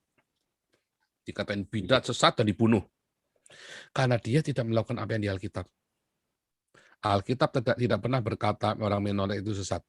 Yang ngatain adalah dogmanya Zwingli, dogma reform. Apakah reform sesat? Tidak, itu Zwingli. Grupnya Zwingli. Ya, walaupun Calvin pun pernah mendukung pembunuhan terhadap satu yang dianggap sesat. Tetapi saya nggak lagi cerita orang reform sesat, enggak ya. Orang reform itu orang-orang yang sangat berkualitas. Iya. Di dalam moralitasnya. Ya. Termasuk Pak Stephen Tong itu ketua majelis itu orang konglomerat itu dipecat jadi ketua majelis gara-gara nggak bayar pajak coba. Itu kan saking bermoralnya hidupnya, dipecat itu menjadi ketua majelis. Pindahlah dia ke gereja Bethel langsung. Gereja Bethelnya haleluya dapat kakap ini, bukan dapat kakap, dapat paus ini. Perpuluhannya aja udah miliar dia. Ya kan? Perpuluhannya miliar bunyinya. Itu contoh itu. Tapi tegas Stephen Tong tidak takut dengan begituan. Artinya apa? Itu orang yang. Tetapi saya lagi cerita konteks di zaman itu. Zwingli ini orang reform dan dia bunuh ratusan orang Anabaptis gara-gara dogma. Orang Kristen begitu dia meleset sedikit dari kitab sucinya, dia tidak akan menjadi Kristen yang benar, malah akan jadi fanatik buta dan dia bisa berbahaya membunuh orang lain. Jadi kejam. Dan itu sudah dibuktikan selama 300 tahun. Orang Kristen saling bunuh karena mereka dogma, bukan karena Alkitab loh. Karena dogma. Merasa tafsirnya yang paling benar. Alkitabnya bilang gitu enggak, tafsirnya mereka yang bilang begitu. Tapi orang Islam kalau taat dengan Al-Qur'annya 100%, dia akan jadi kejam dan menjadi sadis.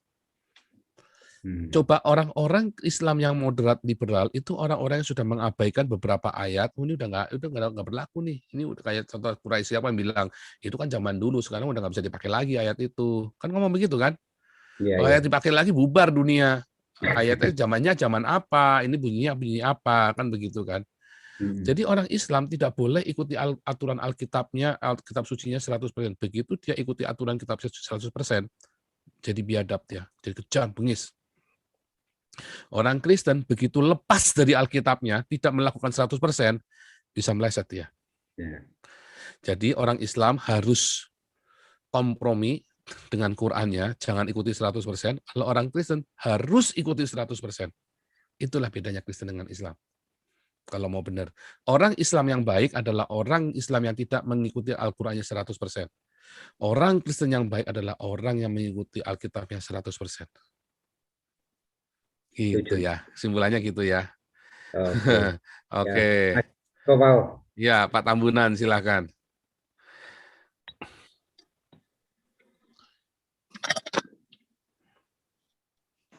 Shalom, Pak Paul. Shalom, Pak Tambunan. Haleluya. Tuhan memberkati. Shalom saudara-saudara yang hadir pada acara di live Zoom dan live YouTube. Terima kasih, Pak Paul. Temanya kan tentang penistaan orang Kristen oleh orang-orang Islam itu sepanjang masa. Dan sebenarnya kan ada ayat yang sudah disampaikan Tuhan Yesus di dalam Yohanes 15 bahwa Yesus sendiri dibenci oleh dunia ini. Makanya para pengikutnya juga pasti dibenci. Itu sudah sabda Tuhan Yesus. Nah, karena itu kita sebagai orang percaya jangan heran karena sudah tertulis. Dan jangan takut. Para pengikut Kristus harus teguh dalam ajaran Kristus. Meskipun dia dibenci, meskipun dia dihujat, dinista oleh orang fasik. Sebab mereka tidak memiliki Roh Kudus. Yang mereka miliki adalah roh antikristus. Jadi ini harus dipahami, jangan kecil hati. Roh antikristus itulah yang menyebabkan mereka dikuasai, dikendalikan, sehingga melakukan penistaan. Jangankan orang Kristen, Yesus Kristus Tuhan yang Maha Kuasa, Juru Selamat satu-satunya, dinista, dihina, dan segala macamnya. Nah, mereka tidak sadar, karena memang mereka diajarkan, di samping ada roh antikris tadi, roh Babel, ada tertulis yang sudah diutarakan sebagian kecil oleh Bapak Paul Chang. Nah, kalau mau lebih jelas lagi, setiap hari kita bisa nonton Christian Prince. Christian Prince itu udah kita katakan setiap hari sudah membongkar habis pondasi-pondasi tentang ajaran Islam. Dan tidak ada satupun pakar-pakar Islam di seluruh dunia yang bisa membantahnya. Semua ditelanjangi. Makanya ustadz, ulama-ulama Indonesia takut berhadapan dengan Christian Prince melalui Zoom-nya dia. Tidak ada satupun yang berani takluk. Termasuk itu si Sabir Ali yang banyak ngoceh itu. Dia malah mengatakan bahwa levelnya jauh lebih rendah dibandingkan Christian Prince. Nah, jadi saudara-saudaraku, jangan takut, jangan gentar, jangan heran. Tuhan Yesus sudah mengatakan itu. Dan kita tidak boleh membalasnya. Kenapa? Tuhan sudah mengatakan di dalam Roma 12 ayat 19. Pembalasan adalah hakku. Jadi murka Tuhan itu, murka Tuhan, biarlah Tuhan sendiri melakukannya, bukan kita. Sangat mengerikan kalau Tuhan melakukan pembalasan terhadap mereka. Ya, dengan mengutuk negara ini saja udah negara ini tidak bisa maju-maju.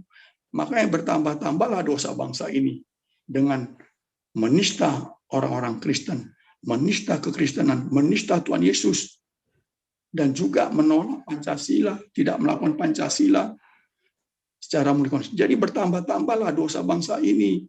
Jadi saudara-saudaraku jangan takut, meskipun negara yang dikutuk tidak maju-maju, kita orang percaya tetap diberkati Tuhan. Itu kelebihan kita.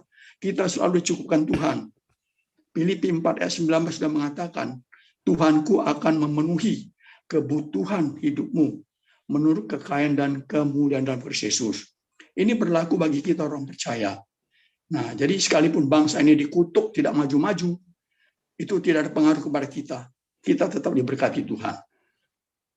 Jadi itu yang dari saya, tidak perlu takut, tidak perlu heran. Selalu percaya, pegang teguh firman Tuhan, lakukan bagian kita. Termasuk yang dikatakan Pak Paul tadi itu berdiakonia, bermaturia. Pasti kita selalu diberkati, dilindungi, dipimpin oleh Tuhan Yesus sampai Maranatha. Saya kira itu saja dari saya Pak Paul. Tuhan Yesus memberkati. Haleluya. Amin. Haleluya. Oke, lanjut lagi ya. Kita tidak perlu mungkar-mungkar Islam ya, saya tambahin tadi ya. Yang perlu Anda beritakan adalah Injil.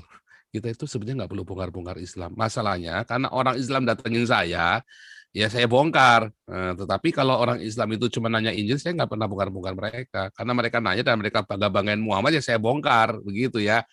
Jadi harus bedain. Kenapa saya membongkar Islam? Karena mereka membawa materi Islam itu kepada saya. Ya kan? Makanya saya bongkar sekalian. Nah, termasuk karena tadi mereka nyerang kita.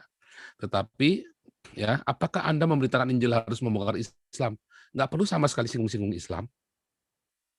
Anda yang memberitakan Injil tidak perlu sama sekali singgung-singgung Islam. Marturia itu bukan berarti Anda menyinggung Islam loh ya. Anda cerita kesaksian hidup Anda yang dipulihkan, pernikahanmu yang dipulihkan, perekonomian dipulihkan, sakitmu disembuhkan, itu marturia. Dengar baik-baik, marturia itu bukan Anda nyinggung-nyinggung Islam. Nyinggung-nyinggung agama Buddha, nyinggung-nyinggung agama lain. Oh bukan, itu bukan marturia. Kalau saya sedang menyinggung Islam, itu dalam ranah apologetika dan kritik sosial. Jadi harus dibedakan. Don't try this at home without any experts with you.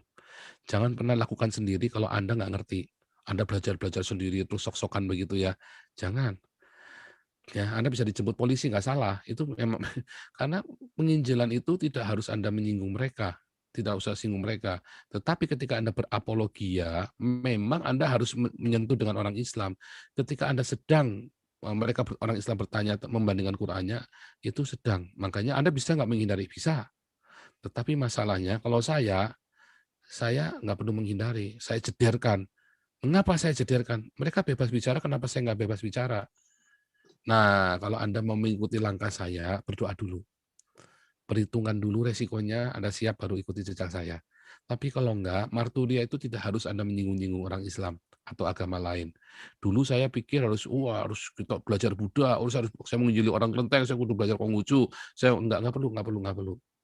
Ternyata nggak begitu. Itu ajaran yang keliru ya. Kita bermarturia cukup saksikan Tuhan Yesus baik dalam hidupmu. Ingat, Paulus tidak datang dengan kata-kata yang meyakinkan, Paulus datang dengan kerendahan hati dan ketulusan hati, dia beritakan Injil. Dan orang-orang itu banyak dimenangkan. Percaya saya. Itu ya. Semoga Tuhan paham ya. Tapi kalau Anda mau berapologia, ya Anda harus belajar yang benar. Kayak saya kan belajar benar. Saya dulu dosen Islamologi ya, jadi saya ngerti, saya belajar. Dan saya punya guru dulu, yang orang Islam yang moderat, yang juga jengkel sama orang Islam, dia ngajari saya banyak hal. Termasuk saya belajar ngaji sedikit ya, walaupun saya nggak ahli banget, saya nggak ngerti sampai gramatikal, tapi saya paling nggak saya bisa baca doang lah. Minimal bisa baca. Gitu ya. Jadi untungnya nggak bersahadat, Pak ya. Oh nggak jadi. Oh Tuhan, saya udah janjian kurang seminggu saya ketemu Tuhan Yesus tuh. Haleluya. Terus saya bilang sama si Habib ini, kebetulan Habib juga ya. Terus memang kebetulan terus ada satu, kalau salah saya jengkel sama dia, saya kecewa sama kamu. Seharusnya minggu depan saya bersyahadat, tapi saya kecewa sama kamu, saya batalin.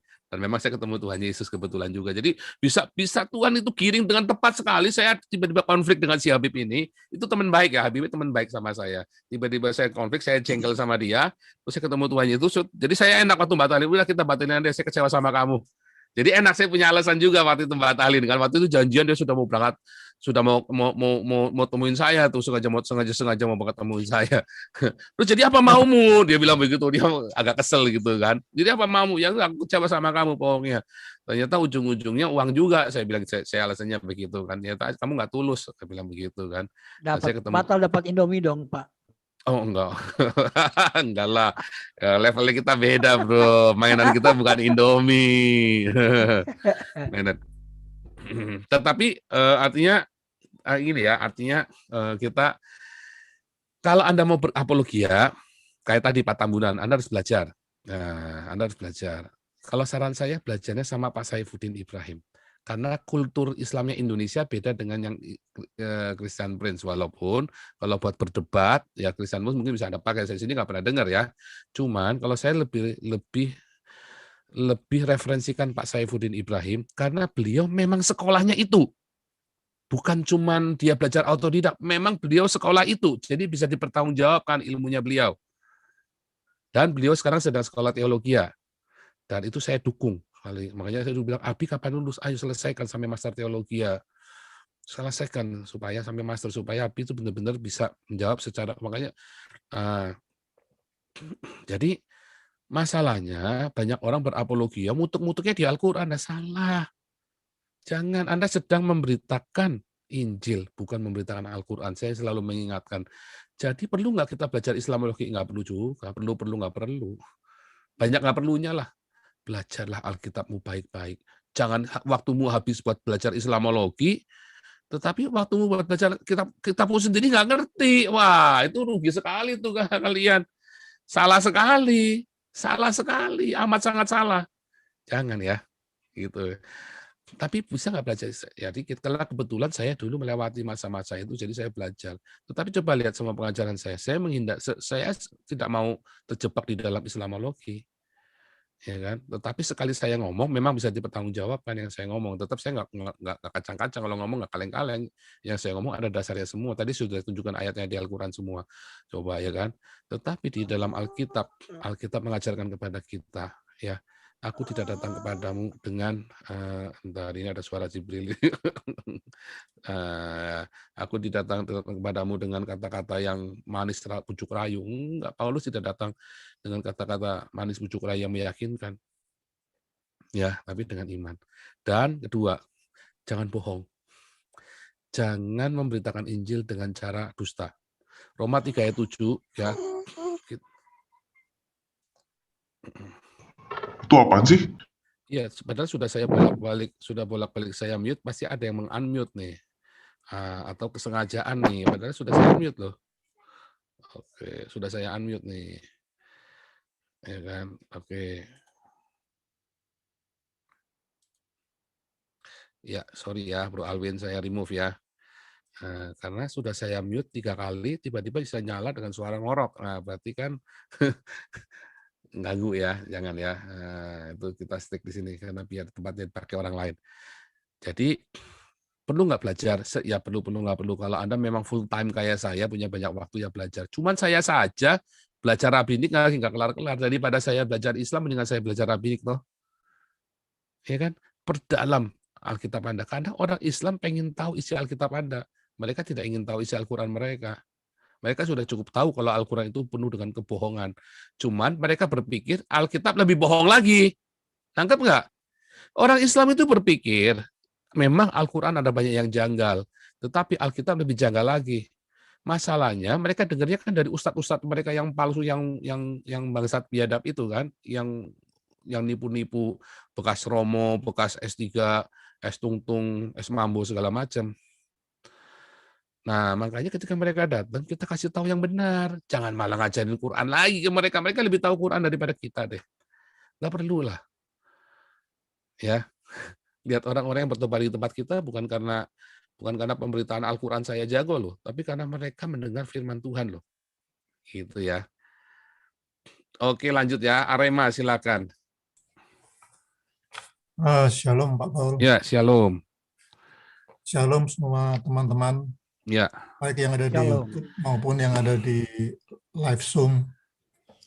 Beberapa waktu yang lalu saya kan ngikutin waktu Pak Paul ada bicara atau mungkin debat ya dengan salah seorang yang katanya dari NU ya Pak. Tentang masalah SI itu loh Pak. Iya, Syarikat Islam Merah. Ya cuman saya nambahin informasi aja. Itu data itu sebetulnya ada Pak. Semuanya itu yang valid, yang otentik itu di Wikipedia Pak. Jadi waktu itu saya pernah ngikutin acara Zoom-nya Pak Paul. Saya ragu-ragu apakah benar seperti itu. Akhirnya saya cek, memang benar seperti itu, Pak. Ada itu di Wikipedia. Iya, kalau saya data-datanya dari tulisan-tulisannya Arif Budiman, zaman dulu ya Jose Adi Condro, zaman itu ya, dan teman-teman saya yang lain yang banyak meneliti tentang PKI, dan juga ya di Wikipedia sendiri juga banyak. Di Wikipedia itu ngambil dari situ juga, sama, lihat ya, banyak juga. Jadi kalau misalnya ada orang yang nanya karena itu otentik, Pak, itu bisa disebutin aja, suruh lihat aja di situ gitu. Jadi datanya kan valid kalau Wikipedia. Itu udah pernah kita bahas Pak, tentang PKI itu udah pernah kita bahas selama dua atau tiga kali, dua kali ya di Zoom kita juga sama. Judulnya PKI, mereka dulu adalah santri yang saleh. Iya, kemudian yang kedua Pak. Jadi itu lengkap semua data-datanya, semua berapa jumlah korbannya itu dari BBC. Saya ngambil dari BBC, dari media-media resmi Pak, dari Tirto IT, dari Wikipedia juga ada. Data-datanya lengkap waktu itu, dan teman-teman banyak yang urun data juga.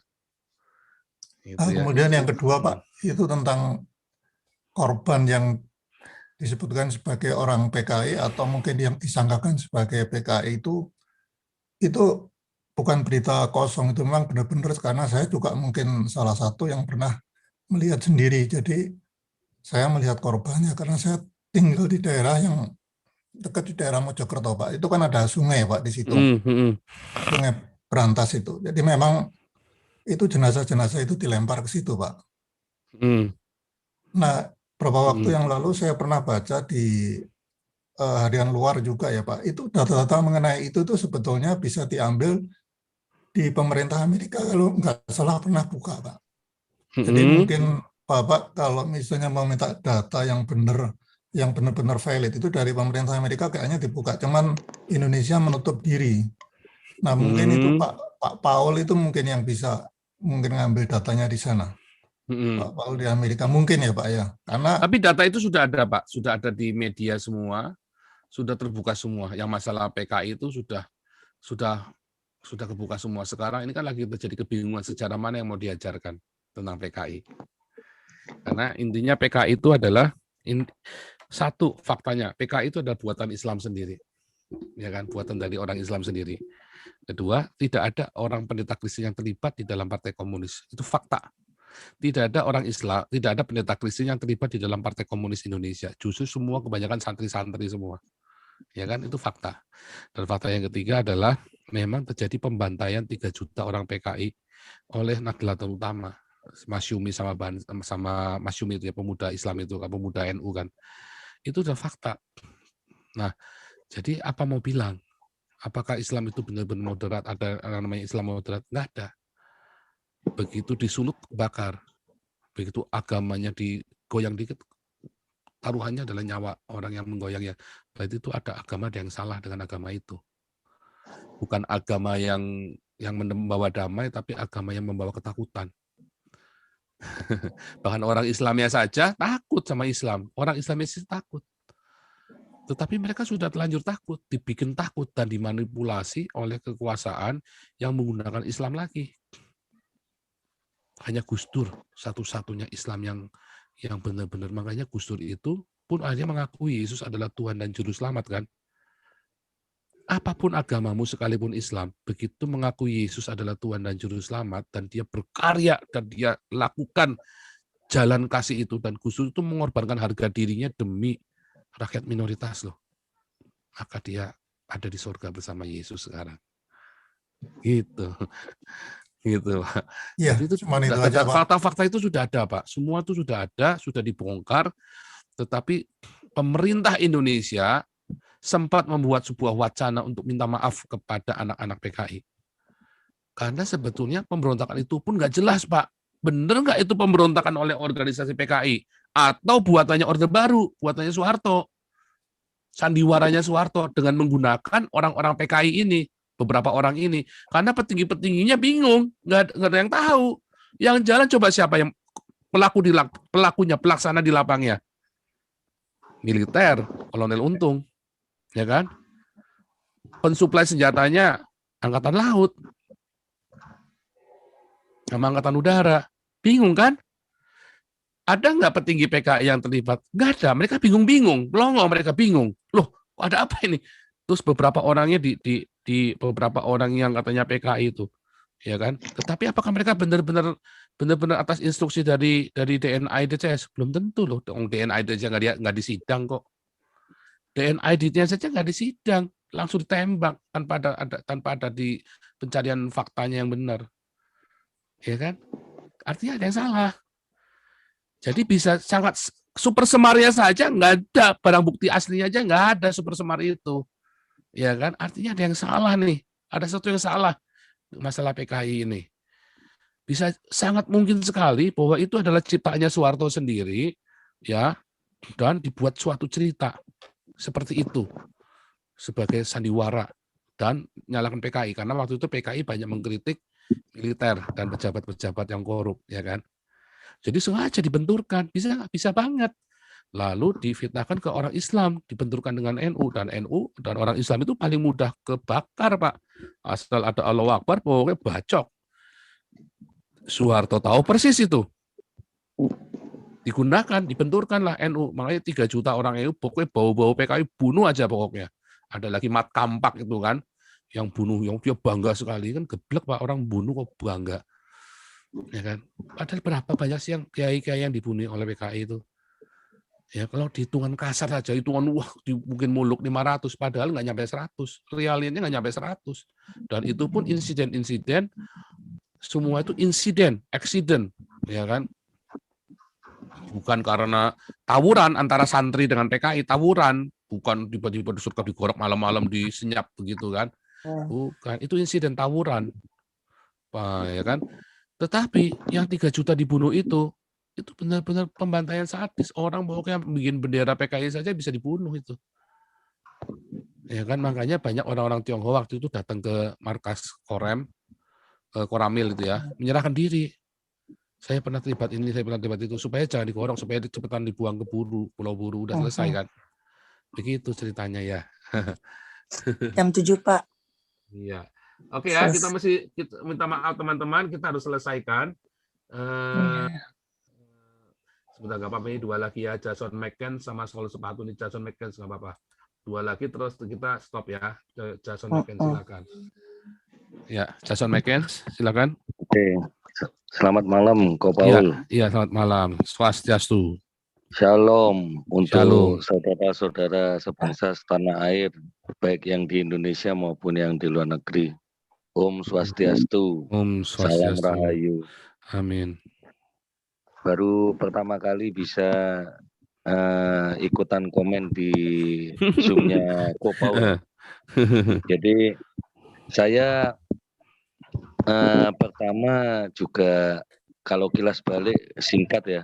Jadi saya ngikuti Ko Paul ini kok ada yang ekstrim kayak gini. Nah, biasanya kalau di YouTube itu kalau beritanya data-data aja, viewernya terus subscribernya itu sedikit.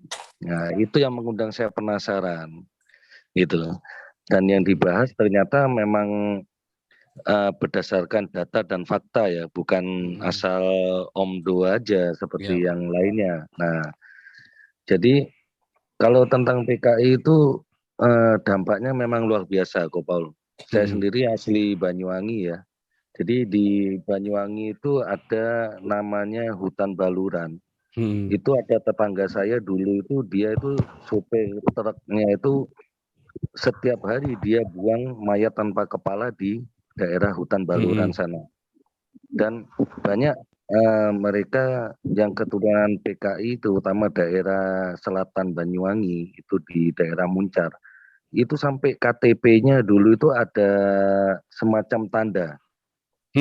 Iya, itulah. Ya, nah, itu sudah dicap jadi mungkin yang berbuat kakeknya atau papanya, mamanya, tapi anak cucunya ini kena dampaknya kan sangat tidak adil. Ya. Sangat tidak adil. Nah, saya sendiri juga merasakan, waduh mulai TK sampai saya kuliah presidennya kok pancet.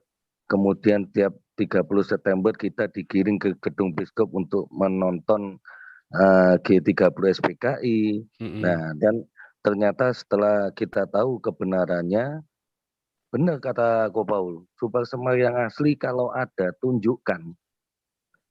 Di sana kalau memang benar-benar ada, di sana sebenarnya cuma untuk mengamankan kondisi ibu kota yang sedang gawat, bukan untuk pengambil alihan kekuasaan sebenarnya.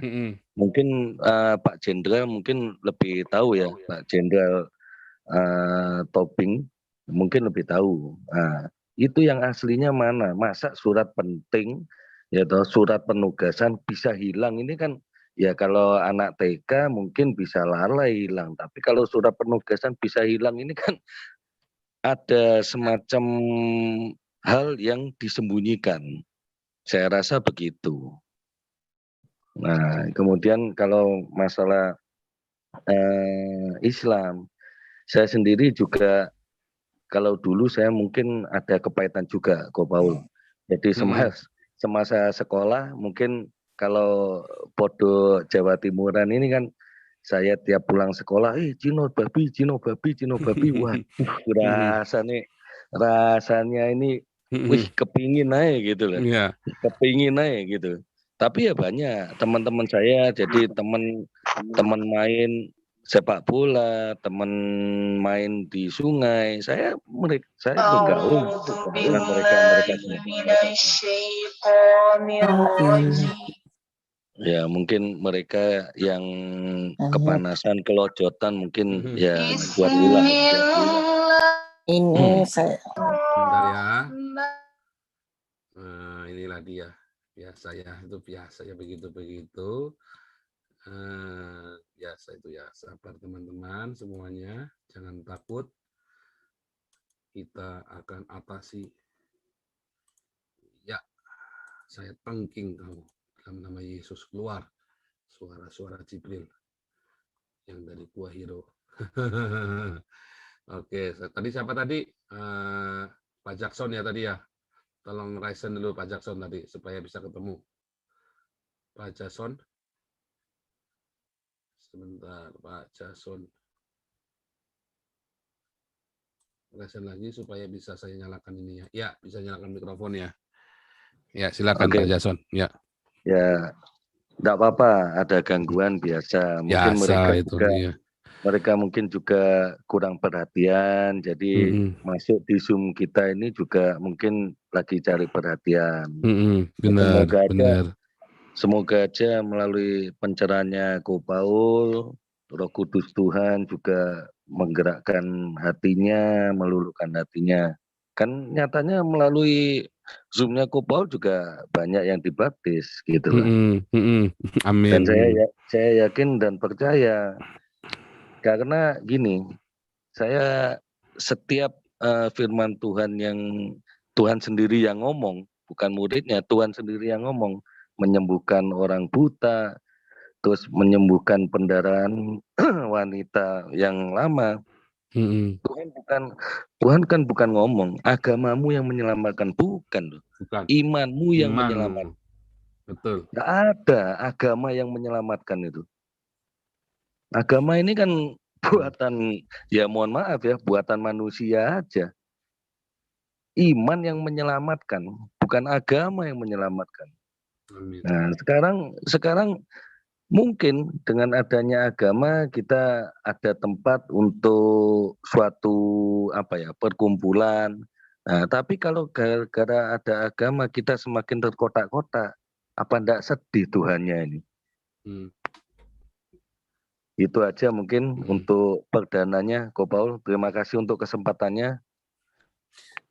Ya, Shalom. benar ya. Jadi supaya jangan kepahitan, Anda menabur ya, diakonia buat orang-orang Islam ini. Nanti mereka akan melihat Yesus dalam hidupmu. Balik lagi, marturia itu Anda tidak harus selalu bicara tentang Al-Quran. Makanya hindari aja bisa tentang Al-Quran. Makanya yang saya lakukan, don't try this at home. Ya. Betul. Ya, kecuali kalau kelas-kelas Saifuddin Ibrahim, memang dia berasal dari sana, ya biarin aja. Kan memang Saifuddin guru tafsir, dia punya hak dong, dia punya ilmunya kok. Tapi kalau Anda yang cuma belajar jangan toh. Cuma asal dengar lagi. Cuma asal dengar terus merasa sudah tahu lebih banyak. Mendingan waktunya dipakai daripada buat dengar begituan, baca Alkitab, ikut kelas evangelis, kelas apologetik. Kita ini besok hari Rabu kita perdana ya jam 6 sore waktu Jakarta. Jam 6 sore. Ya, besok itu kita ada kelas evangelis tetapi private Zoom ya. Jadi saya nggak ini, teman-teman bisa daftar di hagioseu@gmail.com. Itu 4 bulan seminggu sekali. Kenapa? Ayo belajar. Alkitab aja kamu nggak ngerti. Nah, di kelas evangelis itu saya banyak bukakan. Saya rontokkan dogma-dogma apa yang diserang oleh orang-orang Islam. Ternyata dogmamu. Nah, dogma-dogma itu saya rontokkan, saya ajari, yuk, ini yang benar ini. Alkitab ini bilang begini. Jadi kalau orang Islam nanya begini, kamu juga tahu jawabannya. Adalah sebenarnya ini. Dan saya buka. Ya, mudah-mudahan teman-teman juga banyak yang bisa. Nanti dari kelas evangelis, ayo kita kemudian bangun kembali dogma Anda pribadi di kelas apologetik. Nah, setelah itu ada untuk pengembalaan di kelas apostolik. Begitu, kita ada urutan kelasnya ya. Terus nanti ada belajar bahasa Ibrani, tapi saya belum bikin kelasnya karena kita lagi selesaikan supaya yang apologetik kelar semua. Ada yang apologetik ini kan ada 1, 2, 3 kelas ya. Supaya selesai semua sama yang evangelis baru saya mulai start supaya awal semua bareng-bareng. Begitu. Ya, terus terutama diakonia ya. Diakonia teman-teman lakukan, ayo diakonia, marturia. Haleluya. Terima kasih. Terakhir ini sol sepatu ini. Iya, luar biasa, Tuhan berkati Pak Jason. Sol sepatu mana? Sol sepatu ini. Iya, saudara sambil nunggu pasal sepatu, saya mau share screen. Ayo saudaraku menabur ya, menabur untuk Papua ya. Saat ini Papua sedang dilanda ancaman perang saudara ya, antar militer dengan saudara-saudara kita. Ayo kita berdoa buat Papua supaya Tuhan menjaga Papua ya, supaya jangan minta merdeka. Kenapa minta merdeka? Karena mereka diperbodoh ya kan oleh pejabat-pejabat yang di Jakarta, dimiskinkan. Nah, sehingga mereka gampang dihasut, diperbodoh, dimiskinkan. Tapi kalau mereka pintar, mereka akan bangun wilayah mereka, dan mereka nggak mau. Mereka tidak akan mau merdeka. Mereka pintar, mereka berdaulat. Dan kalau ada Pancasila ditegakkan benar-benar secara benar, saya yakin Papua nggak dikira gampang bikin negara. Ya, mereka juga nggak mau. Lebih gampang yang sudah jalan, tapi masalahnya kan tidak ada keadilan kenyataannya, tidak ada Pancasila di Indonesia ini nggak jalan. Anda sendiri tidak mengalami namanya Pancasila itu Anda nggak ngalamin. Apalagi di Papua. Mereka akan mati-matian bagaimana caranya biar bisa dapat emasnya Papua. Makanya ayo kita bikin pandai Papua supaya jangan minta merdeka. Sebab disitulah Injil diberitakan. Coba teman-teman ini ya mulai kita menabur buat pelayanannya Pak Pendeta Daniel Alexander. Sekali lagi saya tidak terlalu kenal beliau, saya baru kenal dalam 2 bulan ini karena beliau kita minta buat bicara tentang Papua, tetapi kita bisa menabur pelayanan beliau ya Pesat Nabire. Di sini ada 3.000 orang, 1 orang 50.000 saja nabur, sudah 150 juta toh. Apalagi kalau Anda bisa lebih. Ayo, daripada Anda bingung-bingung uangmu dikasih perpuluhan ke pendeta yang pakai Rolex, mendingan kalau kirim uangmu ke Yayasan Pesat Nabire. Orang ini tidak punya anak ya, tapi semua orang diaku anak. Ya, semua orang itu dia mengadopsi banyak sekali anak. Lihat di video-videonya beliau. Anak-anak Papua ini setiap kali beliau datang selalu peluk, berebut minta peluk beliau, minta cium beliau, minta peluk beliau. Anak-anak kecil ini selalu datang, hati bapaknya itu, aduh saudara, hati bapaknya itu luar biasa sekali. Ya, ayo menabur untuk Papua melalui Yayasan Pesat Nabire. 50.000 sepele ya, kali 3.000 sudah 150 juta, itu bisa makasih makan. Itu ada 7 sekolah yang didirikan oleh Pesat Nabire, sekolah itu pakai asrama dan gratis, bayangin. Dan beliau sedang menyekolahkan ya beberapa orang-orangnya untuk menjadi doktor untuk di Papua. Ya, ayo nabur ya di Yayasan Pesat Nabire ya. Dan jangan lupa Anda subscribe Hagios Eropa, karena kalau YouTube yang Joseph Paulusang ini nanti benar-benar di take down, saya kalah ini lagi petisi ke YouTube, kita kuat-kuatan saja kan. Tapi saya sudah dikirimin ya 1 surat balasan. Dan nanti mau saya bawa ke lawyer saya ya masalah YouTube Joseph Paulusang. Makanya kemarin video-video yang hilang itu sudah nongol lagi ya, sudah keluar lagi. Nah, tapi teman-teman jaga-jaga subscribe ini ya, karena ini mau saya beberapa video-video yang bagus-bagus mau saya copy, saya masukkan kemari, ya masukkan ke Hagios Eropa. Ayo di subscribe ya, supaya nanti begitu ini take down kita ke sana. Makanya setiap doa fajar saya pakai ini. Ya, saya juga pakai supaya saya aktifkan terus. Jadi buat jaga-jaga standby. Dan begitu mati Joseph Paulusang, YouTube Joseph Paulusang ini, kita langsung pindah kemari. Ya, gitu ya. Di subscribe nih ya. Terus, ya kembali kita ini ya. Ayo menabur untuk Papua. Haleluya. Kita akan sudahi pertemuan kita karena jam 5 pagi ada doa fajar. Jam 5 pagi ada doa fajar dan kita mau yuk ikut doa fajar. Ada banyak mujizat terjadi ya di doa fajar ya. Haleluya. Ya, Pak Hendro Fileso, bolehkah berdoa buat kita semua? Pak Hendro Fileso bisa dinyalakan mikrofonnya sebentar. Sebentar, Pak. Ini mesti saya nyalakan. Ya, Pak Hendro Fileso, bolehkah nyalakan mikrofonnya dan berdoa buat NTT serta Papua, Pak? Aduh. Nanti saya sampai berapa hari saya nangis terus, Pak. Dengar pasukan dikirim begitu banyak begitu, itu mau udah siap-siap mau bunuh rakyat Papua, Pak. Iya, tapi juga mereka KKB juga bakar sekolah sama dua-duanya sama-sama nggak benernya, Pak. Sama-sama ini iya. Apa namanya? Mau menang-menangan. Iya, dua-duanya mau menang-menangan dan nampaknya itu bukan idenya Jokowi, Pak. Kalau saya nangkep, Pak. Saya nangkap itu adalah ide dari oknum-oknum di sekelilingnya demi emas itu, Pak. Karena Jokowi sudah bikin langkah pertamanya sudah benar dan nampaknya digiring ke sana untuk terjadi pembantaian gede-gedean buat mengintimidasi itu. Sebetulnya ada banyak sekali cara yang lebih untuk KKB ini, untuk kelompok bersenjata ini kan. Tapi apapun lah kita tidak tahu apa yang terjadi di dalam sana. Soalnya mereka juga disupport sama Benny Wenda dan grupnya, Pak. Iya, itu makanya kan waktu kemarin saya bicara dananya, makanya ini Pak, makanya Benny Wenda kan saya minta ajak ketemu terus kan. Ayo jelaskan apa yang kau mau, tapi nggak mau kan. Benny Wenda saya juga agak sedih juga nih, Benny Wenda nggak mau tampil gitu loh. Saya udah punya kontaknya, saya telepon berkali-kali pun nggak diangkat, Pak. Oh iya, dia juga ini Pak, dia juga menjaga juga Pak, banyak juga istilahnya dia di TO, Pak. TO-nya dia kan lebih parah, ya kan. Kalau Pak Paul nggak ada apa-apanya, Benny Wenda ini yang justru yang akan memecah belah negara loh, Pak. Yang akan memecah belah negara. Jadi dengan support dia ini semua terbakar, Pak.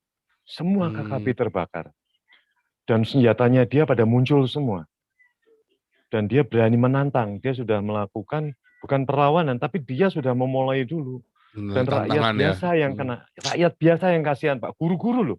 guru-guru sekolah Diteror ya, itu Pak, diteror ya, puskesmas ya. ditakut-takutin. Saya Itu nggak tahu daerah nih, situ saya kalau berobat ke situ loh, Pak. Ke puskesmas. Perumahan guru ini sekarang pada mau kemana semua coba guru-gurunya? Orang kalau mau berobat mau pada kemana coba? Itu puskesmasnya dibakar. Aduh, nggak tahu deh. Saya bilang, kita doa saya saja, Pak. melihat Kita itu. doa pasti Tuhan akan buka jalan karena di situ Haleluya. ada Tuhan Yesus di sana. Haleluya. Oke. Saudara-saudara saya yang ada di Zoom dan di YouTube, mari kita satukan hati berdoa untuk Indonesia. Bapa kami yang di sorga, Tuhan Yesus Kristus, kami mengucap puji syukur Tuhan atas anugerah dan kasih-Mu kepada kami dan saudara-saudara kami yang di Zoom dan di YouTube. Kami percaya Tuhan, bukan kami-kami saja ya Tuhan, yang Kau berkati, Engkau juga memberkati kesehatan buat saudara-saudara kami yang di rumah, suami, istri, anak-anak, serta cucu-cucu Tuhan. Kami percaya Engkau juga memberikan perlindungan kepada kami semua dan saudara kami semua. Dan Engkau juga melindungi Indonesia Tuhan dari pandemi COVID-19 yang sudah bermutasi dengan segala macam Tuhan yang kami dengar info ada dari India, dari Afrika, dan dari Inggris. Kami percaya Tuhan, Engkau Maha Besar, Engkau Maha Pengasih, dan Engkau melindungi kami semua. Kami juga berdoa Tuhan, buat Papua Tuhan, kami merasa sedih, kami merasa tersayat hati kami Tuhan.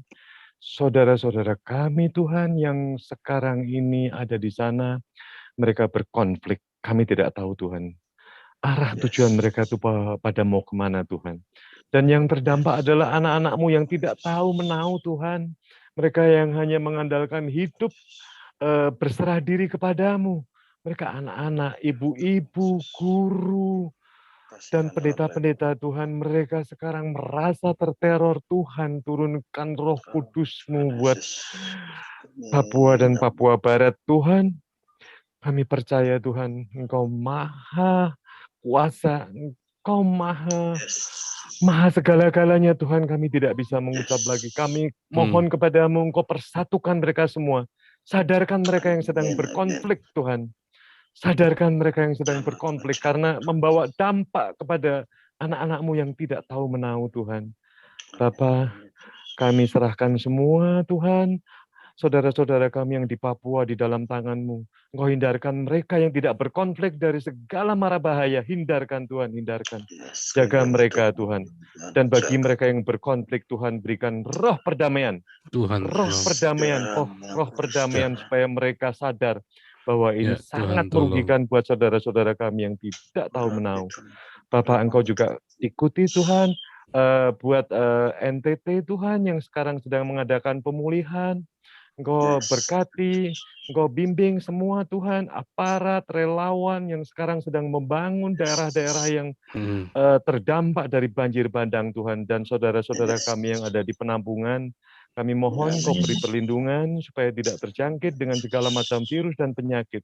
Bapak, kami juga berdoa buat Indonesia Tuhan, buat Indonesia. Kami percaya Bapak Jokowi sekarang sedang bekerja keras Tuhan. Selain menyehatkan rakyatnya yang ada di Indonesia, Bapak Jokowi diganggu dengan radikalisme. Tuhan tolong. Diganggu dengan paham khilafah, mengadakan perlawanan. Aduh, Bapak Jokowi juga sekarang sedang berpikir keras bagaimana Tuhan supaya Papua Kalian yang itu tidak radikal, bergolak. oi. Kami percaya Tuhan, kami percaya Bapak Jokowi juga tidak menginginkan ada korban yang tidak berdosa Tuhan.